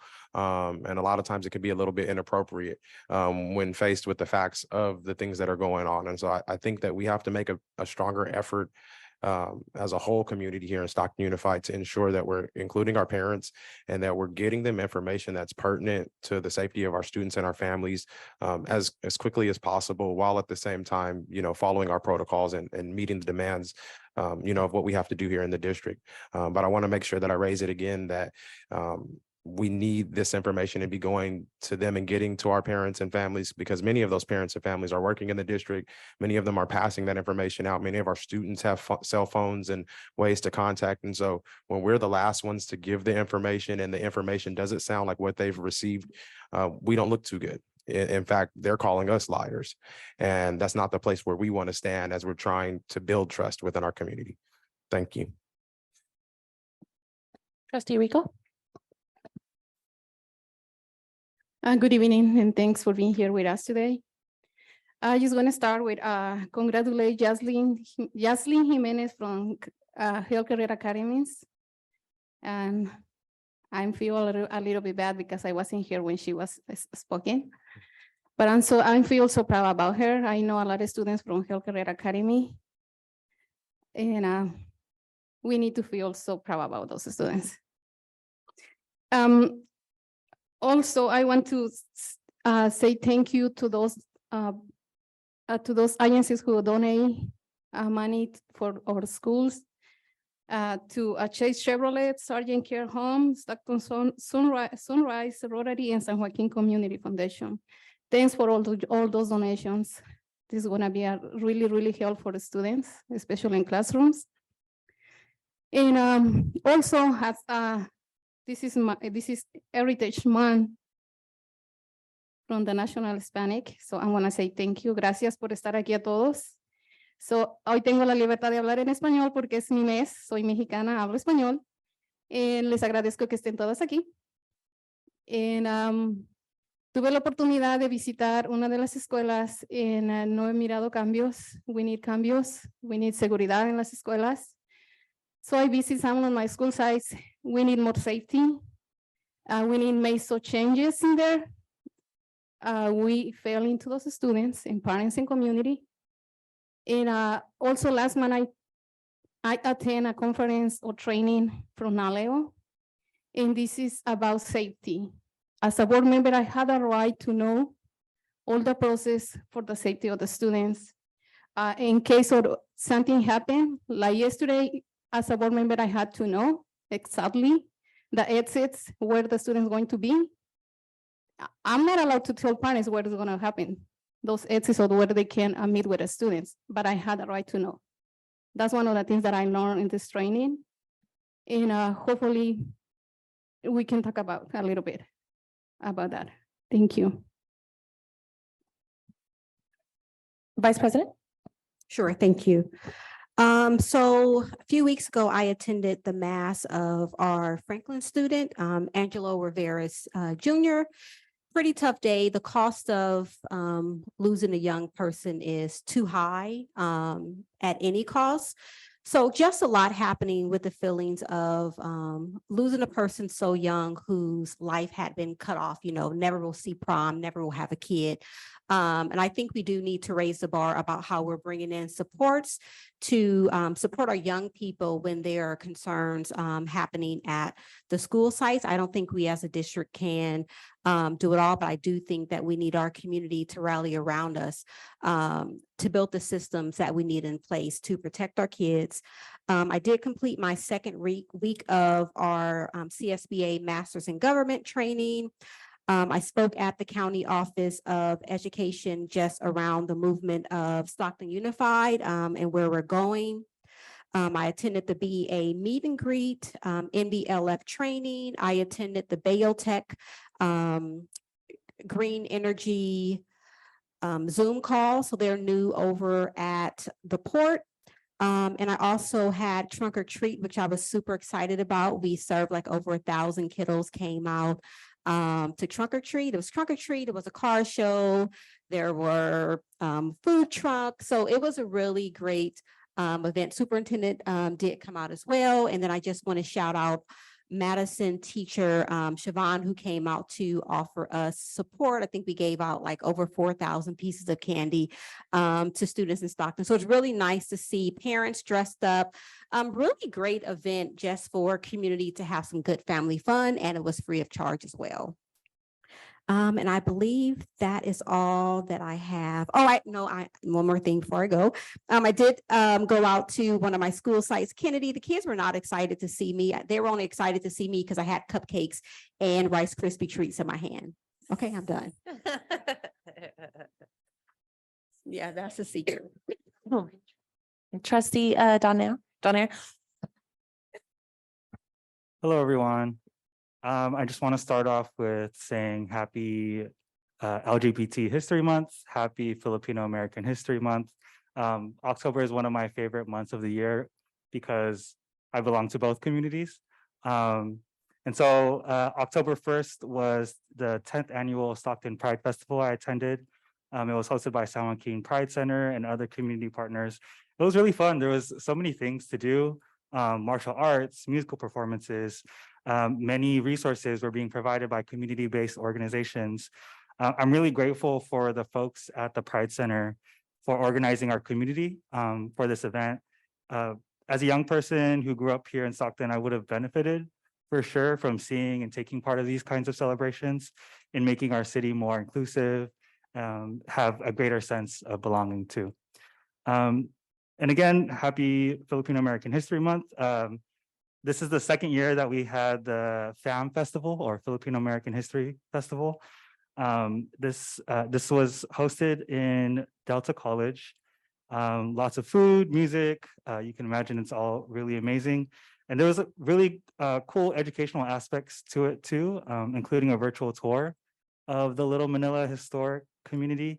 UOP partnered with community organization Little Manila Rising to create like a game that would basically immerse young folks in what it would have looked like if it was still standing. So I'm really grateful for the folks who keep creating these spaces so that our young folks can really take pride in the history of our city and also build the future that they want to see. I want to give a special shout out to Dr. Dawn Mabalon, who was a Stockton Unified School District alumni. She also went to UCLA and Stanford. She passed away August 2018. She was instrumental in bringing the history of Little Manila to the present and especially to our younger folks. So I really see her as someone of like an ancestor that I think did Stockton right. Trustee Donaire, that's time. Okay, thank you. Sorry, Clerk Cologne. I know I'm gonna go over my time too. All right, so just to keep it short, I have my Coffee with Trustee Cologne coming up this Saturday morning from 8 to 9 at DF Donuts. So I'm really enjoying these monthly coffee with Trustee Cologne and try having them at different places. But it's always really nice just to meet folks from different aspects and just to introduce myself and hear their point of view. I also completed the second of the 5 trainings with CSBA. So again, just happy to continue that training. I also want to say I'm looking forward to October activities because there's lots going on in the district. So I'm looking forward to the State of the District tomorrow, the movie watch with The Million Miles Away with astronaut Jose Hernandez, and the trunk or treat at the end of the month on the 30th with our public safety department at Weber's Point. We also have Red Ribbon Week. We have bullying awareness, wear your orange on October 25th. So there's just a lot of things going on. You've got to keep up on the website. I want to say that this past Saturday, I was happy to attend Stockton's first Boricua Fest, which kind of closed out Hispanic Latinx Heritage Month. My husband is from, his family is from Puerto Rico. And growing up, you feel in this area, you kind of feel like, oh, you're probably the only Puerto Rican here, just that's kind of how we felt because of the predominance of other cultures. So having this festival just really brought so many folks together, the first one ever here. And it was just nice to see just another side of Latinidad that's celebrated, its uniqueness, delicious food and fun. So I'm looking for more of these unique opportunities. So thank you. Okay.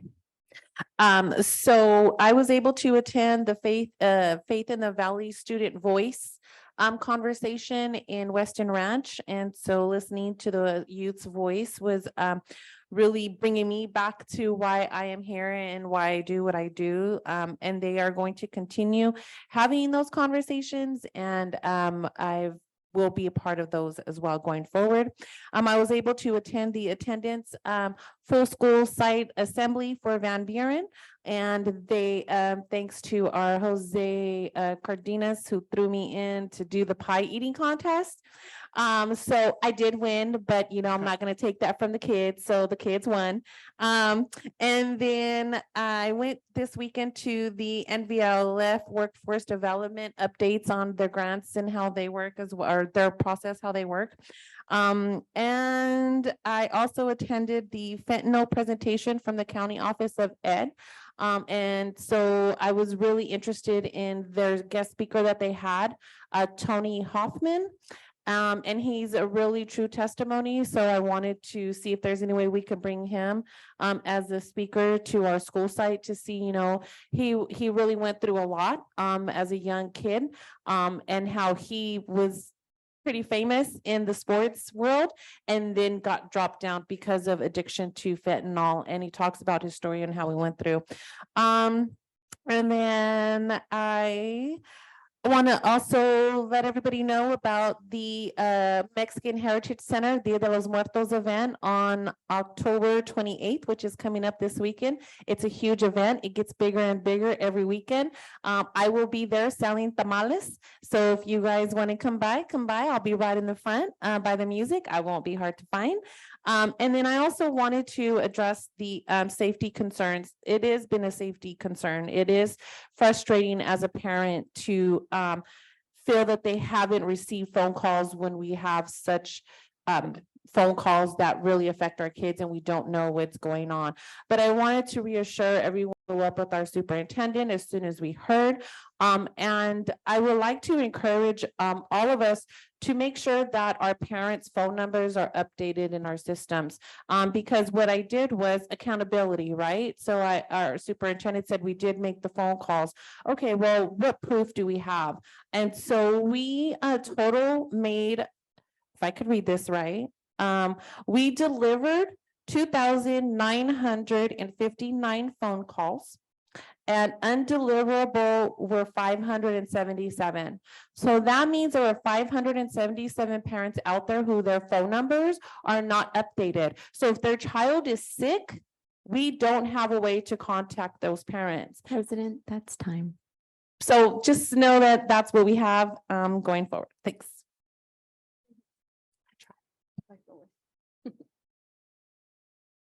Okay, now moving on to 11.1, the superintendent's report.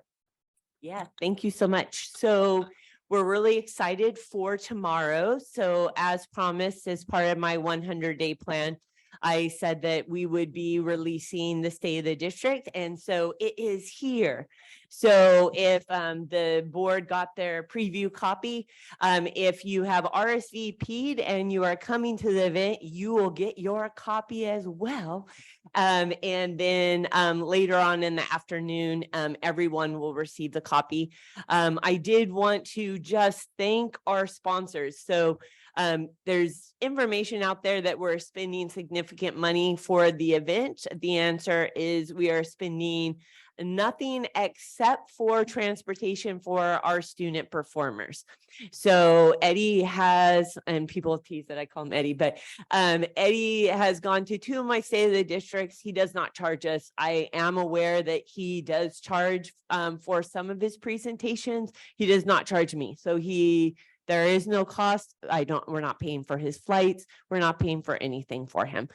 So he comes because he rallies around the Latino community. So he is coming to Stockton because he believes in the work that I personally do, but he also believes in the children that we serve. And so he will be here and will be inspirational. Also, I just want to appreciate all the donors. So we're going to do this at the event as well, but La Superior is providing the pan dulce. Starbucks on Waterloo Avenue is providing the coffee. Daylight Foods is providing the fruit, and our very own Stag Floral is providing the decorations. And then also we do have the great talent of the Cesar Chavez jazz band, Mariachi Chavez, Chavez Choir, Franklin Color Guard, and Fremont Bulldog Jazz Combo. And of course, the staff at Franklin High School, we're doing it at that event. So there is a limit of people that we can have in the room. So we do have a limit of 200 and we're going to be packing that house. But a special thank you to Mr. Art Coleman, Miss Cindy Wildman, Mr. Luis Talamontes, and our reprographics department who did do these fantastic job for us. And so we did the graphics, but they did the printing for us. And of course, we will have it in Spanish as well. And our CTE department for all that they're doing to help sponsor and support the event as well. So we had this past month, we started our SUSD Staff Members of the Month. And so we are doing staff members who represent joy, trust, and belief. So Mr. King was our certificated person of the month, first one from Franklin High School. He's this construction teacher there. We are actually going virtually into his classroom at the State of the District tomorrow. So if you're there, you're going to see it in action, our women in construction. Then Ms. Vicky Aguilar, our interim budget manager, she was our classified member of the month. And then Isabel Ariano was our management, and she is the principal at Van Buren. So each month we're going to be supporting and recognizing staff members. They received not only an orchid from me, because that's my favorite flower, an orchid, but they also, Reprographics did these cool little banners for them. And when we went into Mr. King's classroom today, he had it up. So it shows that people need and should be recognized. So thank you very much. Hope to see you tomorrow. Go Van Buren and Franklin. Okay, moving on to 11.2. Can I get a motion to approve the reorganizational proposal for the Stockton Unified School District Department of Public Safety? Motion to approve 11.2 by Stevens. Can I get a second? I'll second. Sophia Cologne. Any discussion? I'd like to have a word. Yes. I'm just, and this is kind of a rhetorical question, but I'm wondering like what it looks like to really like put the money into hiring 7 more officers instead of, giving raises to lieutenants and captains. I know that, our entire Department of Public Safety, when we talk about our officers, we still yet to fill those vacancies. And so when we're sitting here and, it seems like we're about to approve money for captains and lieutenants, but we still have officers, SROs that are, with our students at the schools. We've lost quite a few over this past year and a half. And a lot of it, is due to the money, but in addition, you know, when you don't make the money and you're in some of these high risk circumstances that we do see here in Stockton Unified, it makes it really hard for people to want to come and fill those vacancies.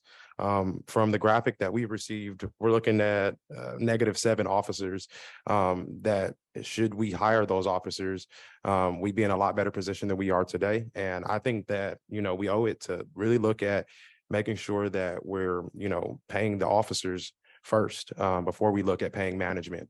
They're the ones doing all the hard work, and I really appreciate our chief. I really appreciate our captain and our lieutenants. This is not to take away from you. At the same time, I think that money's better served, you know, filling these vacancies and making sure that our officers that are, you know, out there with our students and with our families every day, that they're, you know, making a wage that is commensurate with the job and the services that they provide. Thank you. Chief, would you be able to speak to the comp study that was done and also the recent trainees that we just approved today during closed session, please? Definitely. I think I can leave it on. Yeah. So I can definitely speak. We did a comp study on our management salary schedule.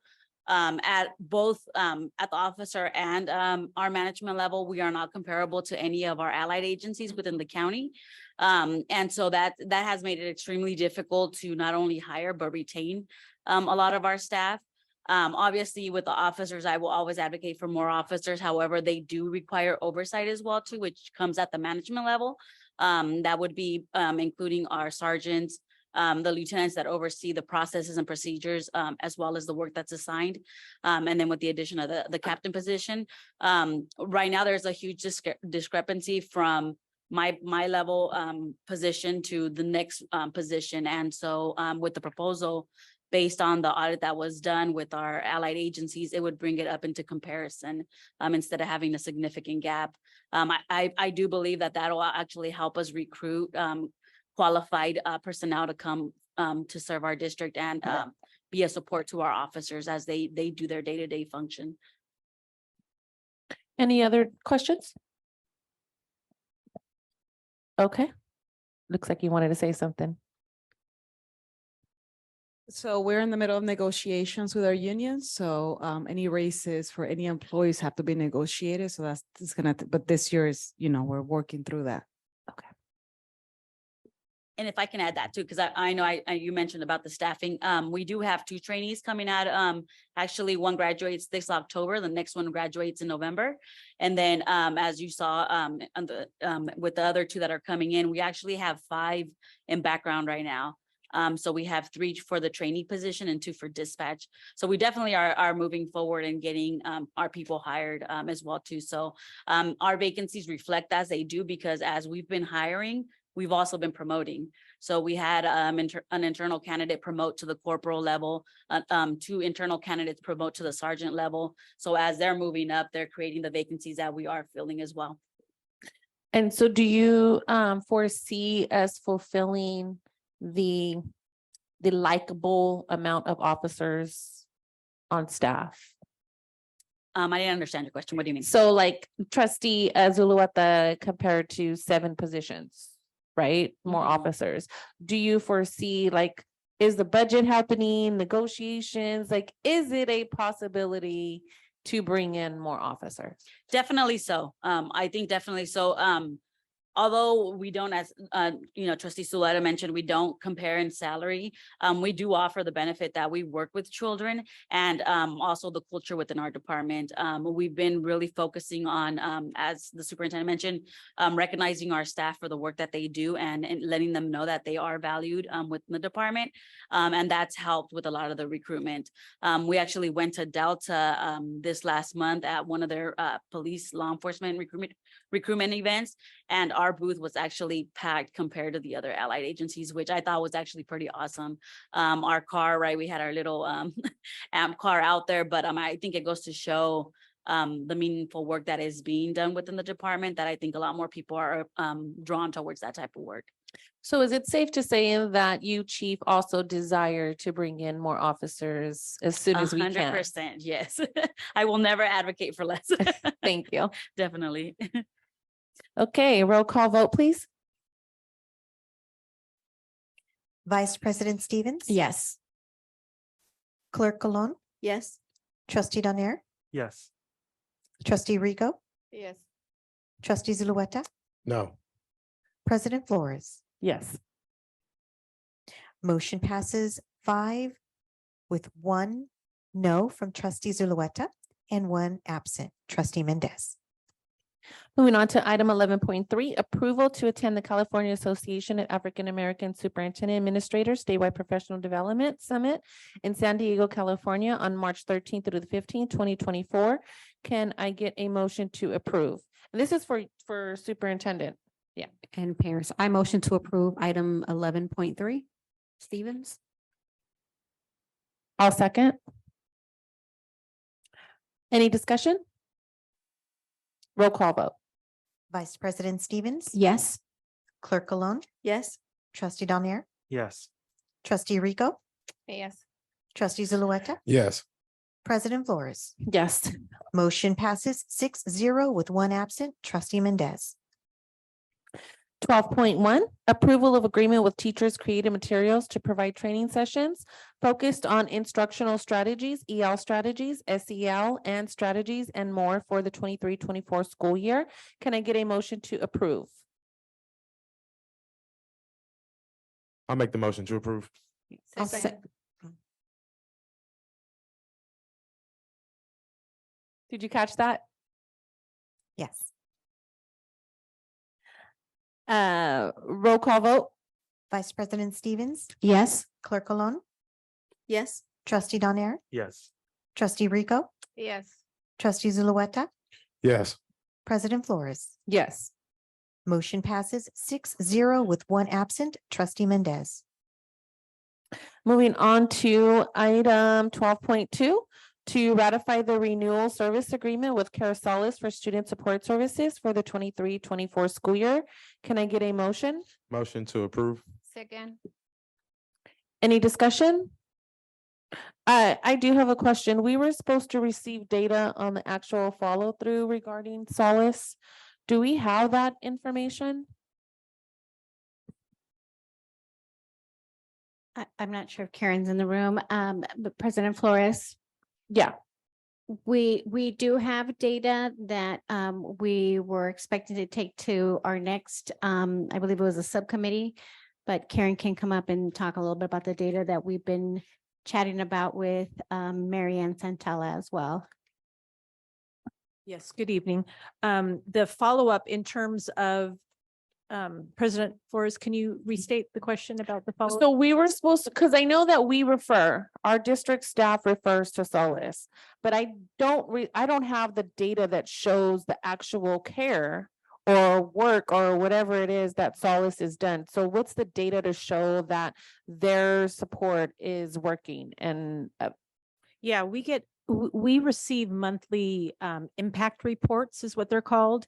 And so the data that, and I just pulled it up now, the data that we receive, because it's a care coordination service, we don't get the follow-up in terms of, we get the information about the connection with the service provider, how many times they have done a warm handoff or made an appointment for somebody who has entered into the Care Solace care coordination system, but we don't receive any report regarding what service they have received. That is, a lot of that is HIPAA related in terms of confidentiality. We wouldn't be receiving that information, but we do have an impact report. So for instance, we know in what age range those referrals are coming from. We know in what mental health areas they're seeking service.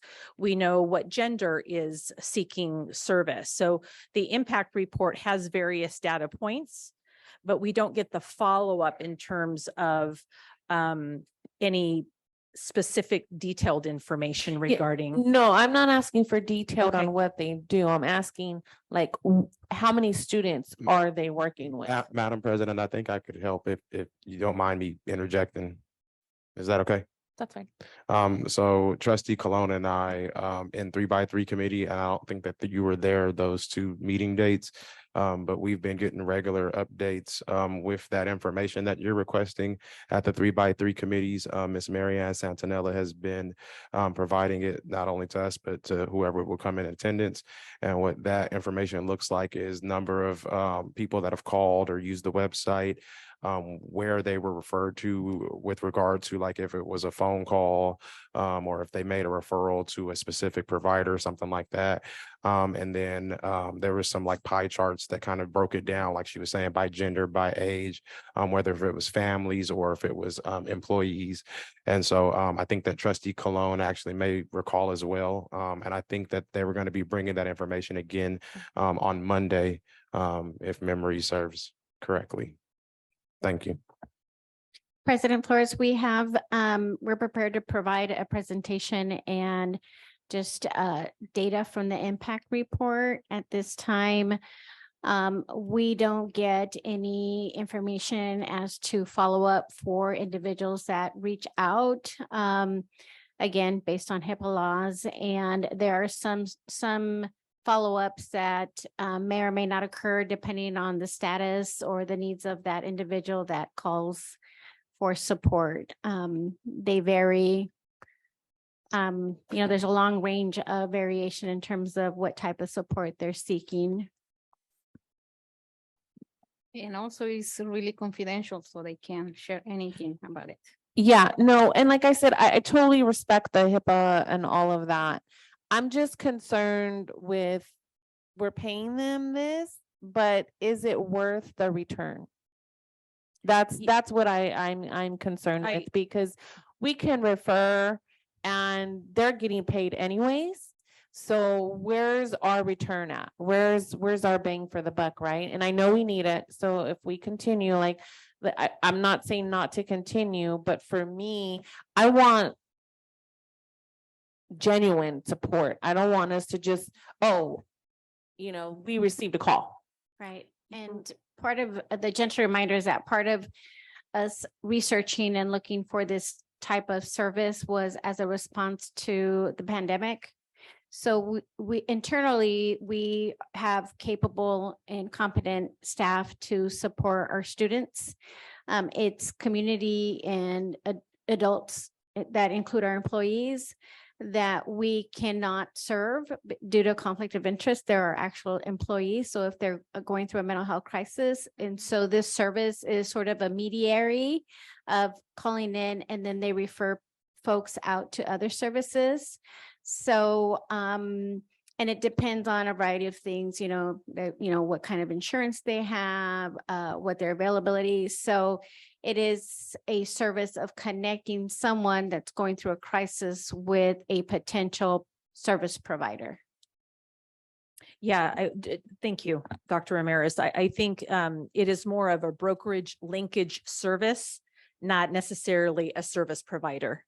And I think that's kind of like what you were talking about. But yeah, so we have the impact report as far as how they are brokering and linking students, family members, staff members to various service providers in the community, so they can help navigate the system and they can get immediate warm handoff and even scheduling appointments for those persons. So we have the impact report in terms of that. We just don't have the follow-up in terms of the results.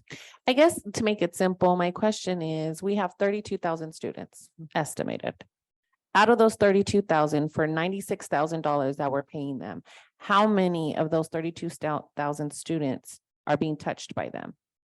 And we wouldn't have that information specifically, but I can tell you for the impact report from the beginning of July 1 to present time, we've had 96 contacts. Okay.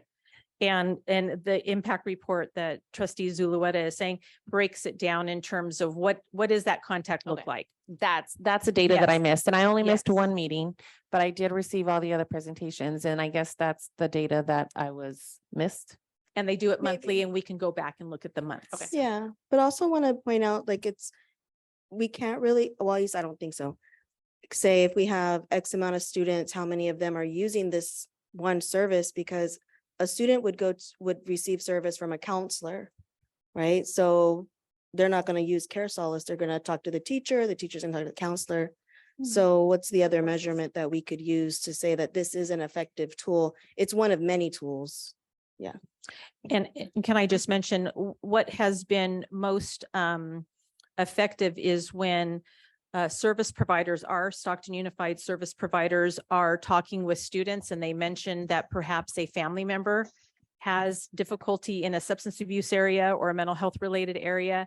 We can help connect that family member with Care Solace to services, since we wouldn't necessarily be treating them ourselves. So I think it really helps serve the whole family, kind of the whole child, whole family, whole community concept. I think it's really benefited us in that regard. So there's data here. I forgot. She gave us a presentation. So there's one there. Okay. Thank you, Carrie. Okay, shutting down discussion. Roll call vote, please. Vice President Stevens, Yes. Clerk Cologne, Yes. Trustee Danier, Yes. Trustee Rico, Sorry, yes. Trustee Zulueta, Yes. President Flores. Yes. Motion passes 6-0 with one absent. Trustee Mendez. Item 12.3, approval to purchase 3 mobile electric vehicle for STEM, science, technology, engineering, and math labs from Matthew Specialty Vehicles and Teacher on Special Assignment job description. Can I get a motion to approve? I'll motion. I'll second. Any discussion? Roll call vote, please. Vice President Stevens. Yes. Clerk Cologne, Yes. Trustee Danier, Yes. Trustee Rico, Again, yes. Trustee Zulueta, Yes. President Flores. Yes. Motion passes 6-0 with one absent. Trustee Mendez. Moving on to 13.1, approval of updated job description for Administrator of Expanded Learning Opportunities Program. Can I get a motion to approve? I'll make the motion to approve. Second, Any discussion? Roll call vote. Vice President Stevens, Yes. Clerk Cologne, Yes. Trustee Danier, Yes. Trustee Rico, yes. Trustee Zulueta, Yes. President Flores. No. Motion passes 5 with 1 no from President Flores and 1 absent. Trustee Mendez. Moving on to item 13.2, approval of new job description for bus driver trainee transportation CSCA 885, an update to the current bus driver instructor job description. Can I get a motion to approve? I'll motion. Can I get a second? I'll second. Any discussion? Roll call vote. Vice President Stevens, Yes. Clerk Cologne, Yes. Trustee Danier, Yes. Trustee Rico, I'm saying, Trustee Zulueta, Yes. President Flores. Yes. Motion passes 5-0 with 1 abstention from Trustee Rico and 1 absent. Trustee Mendez. Item 13.3, proposed new classified job description for family engagement assistant range 60 on the CSEA 821 salary schedule, 6,153 to the high 7,479. Can I get a motion to approve? Motion to approve, Stevens. I'll second, Any discussion? Roll call vote. Vice President Stevens, Yes. Clerk Cologne, Yes. Trustee Danier, Yes. Trustee Rico, yes. Trustee Zulueta, Abstain. President Flores. Yes. Motion passes 5-0 with 1 abstention from Trustee Zulueta and 1 absent. Trustee Mendez. Moving on to item 13.4, Proposed new certificated management job description, Director of Admissions and Child Welfare and Attendance, Management Salary Schedule, $143,791 to a high $174,779.75. Can I get a motion to approve? All motion? Can I get a second? I'll second. Any discussion? Roll call vote. Vice President Stevens, Yes. Clerk Alone, Yes. Trustee Donier, Yes. Trustee Rico, Yes. Trustee Zulueta, No. President Flores. Yes. Motion passes 5 with 1 no from Trustee Zulueta and 1 absent, Trustee Mendez. Moving on to item 14.1, approval of the vendor payments issued for the month of August 2023 as presented. Can I get a motion to approve? I'll make the motion to approve. Can I get a second? I'll second. Any discussion? Roll call vote. Vice President Stevens. Yes. Clerk Alone, Yes. Trustee Donier, Yes. Trustee Rico, Yes. Trustee Zulueta, Yes. President Flores. Yes. Motion passes 6-0 with 1 absent, Trustee Mendez. 14.2, approval of the purchase order board report for the month of June 2023. Can I get a motion to approve? I'll make the motion to approve. Can I get a second? Can any discussion? Roll call vote. Vice President Stevens, Yes. Clerk Alone, Yes. Trustee Donier, Yes. Trustee Rico, Yes. Trustee Zulueta, Yes. President Flores. President. Yes. Motion passes 6-0 with 1 absent, Trustee Mendez. Moving on to item 14.3, approval of the purchase order board report for the month of July 2023. Can I get a motion to approve? I'll make the motion to Can I approve. get a second? Second. Any discussion? Roll call vote. Vice President Stevens, Yes. Clerk Alone, Yes. Trustee Donier, Yes. Trustee Rico, Yes. Trustee Zulueta, Yes. President Flores. Yes. Motion passes 6-0 with 1 absent, Trustee Mendez. Moving on to item 14.4, approval of an agreement for professional design services with Community Architecture, Inc. for the International Baccalaureate Middle School, IB Middle Schools Expansion Project. Can I get a motion to approve? Make a motion. Can I get a second? I'll second. Any discussion? Roll call vote. Vice President Stevens, Yes. Clerk Alone, Yes. Trustee Donier, Yes. Trustee Rico, Yes. Trustee Zulueta, Yes. President Flores. Yes. Motion passes 6-0 with 1 absent, Trustee Mendez. 14.5, approval of an agreement for architectural services with Architectica from design to completion of a play structure with shade component for 4 different locations. Can I get a motion to approve? I'll make the motion to approve. Can I get a Second. second? Second. Discussion? Roll call vote. Vice President Stevens, Yes. Clerk Alone, Yes. Trustee Donier, Yes. Trustee Rico, Yes. Trustee Zulueta, Yes. President Flores. Yes. Motion passes 6-0 with 1 absent, Trustee Mendez. Item 14.6, approval of the purchase for 8 CTE programs with Dell Technologies laptops. Can I get a motion to approve? Make a motion. Can I get a second? Second Stevens. Any discussion? Roll call vote. Vice President Stevens. Yes. Clerk Alone, Yes. Trustee Donier, Yes. Trustee Rico, Yes. Trustee Zulueta, Yes. President Flores. Yes. Motion passes 6-0 with 1 absent, Trustee Mendez. Item 15.1, student expulsions.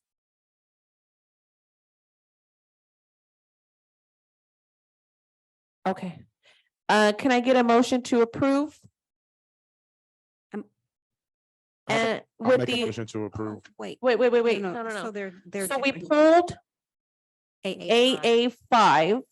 So can I get a motion to approve with the removal of AA5? I motion to approve item 15.1 with the exclusion of AA-5. I'll second. Roll call vote. Vice President Stevens. Yes. Clerk Cologne, Yes. Trustee Donier, Yes. Trustee Rico, I'm saying. Trustee Zulueta, Yes. President Flores. Yes. Motion passes 5-0 with one abstention from trustee Rico and one absent, trustee Mendez. And I will now call the meeting to adjournment at 7 PM.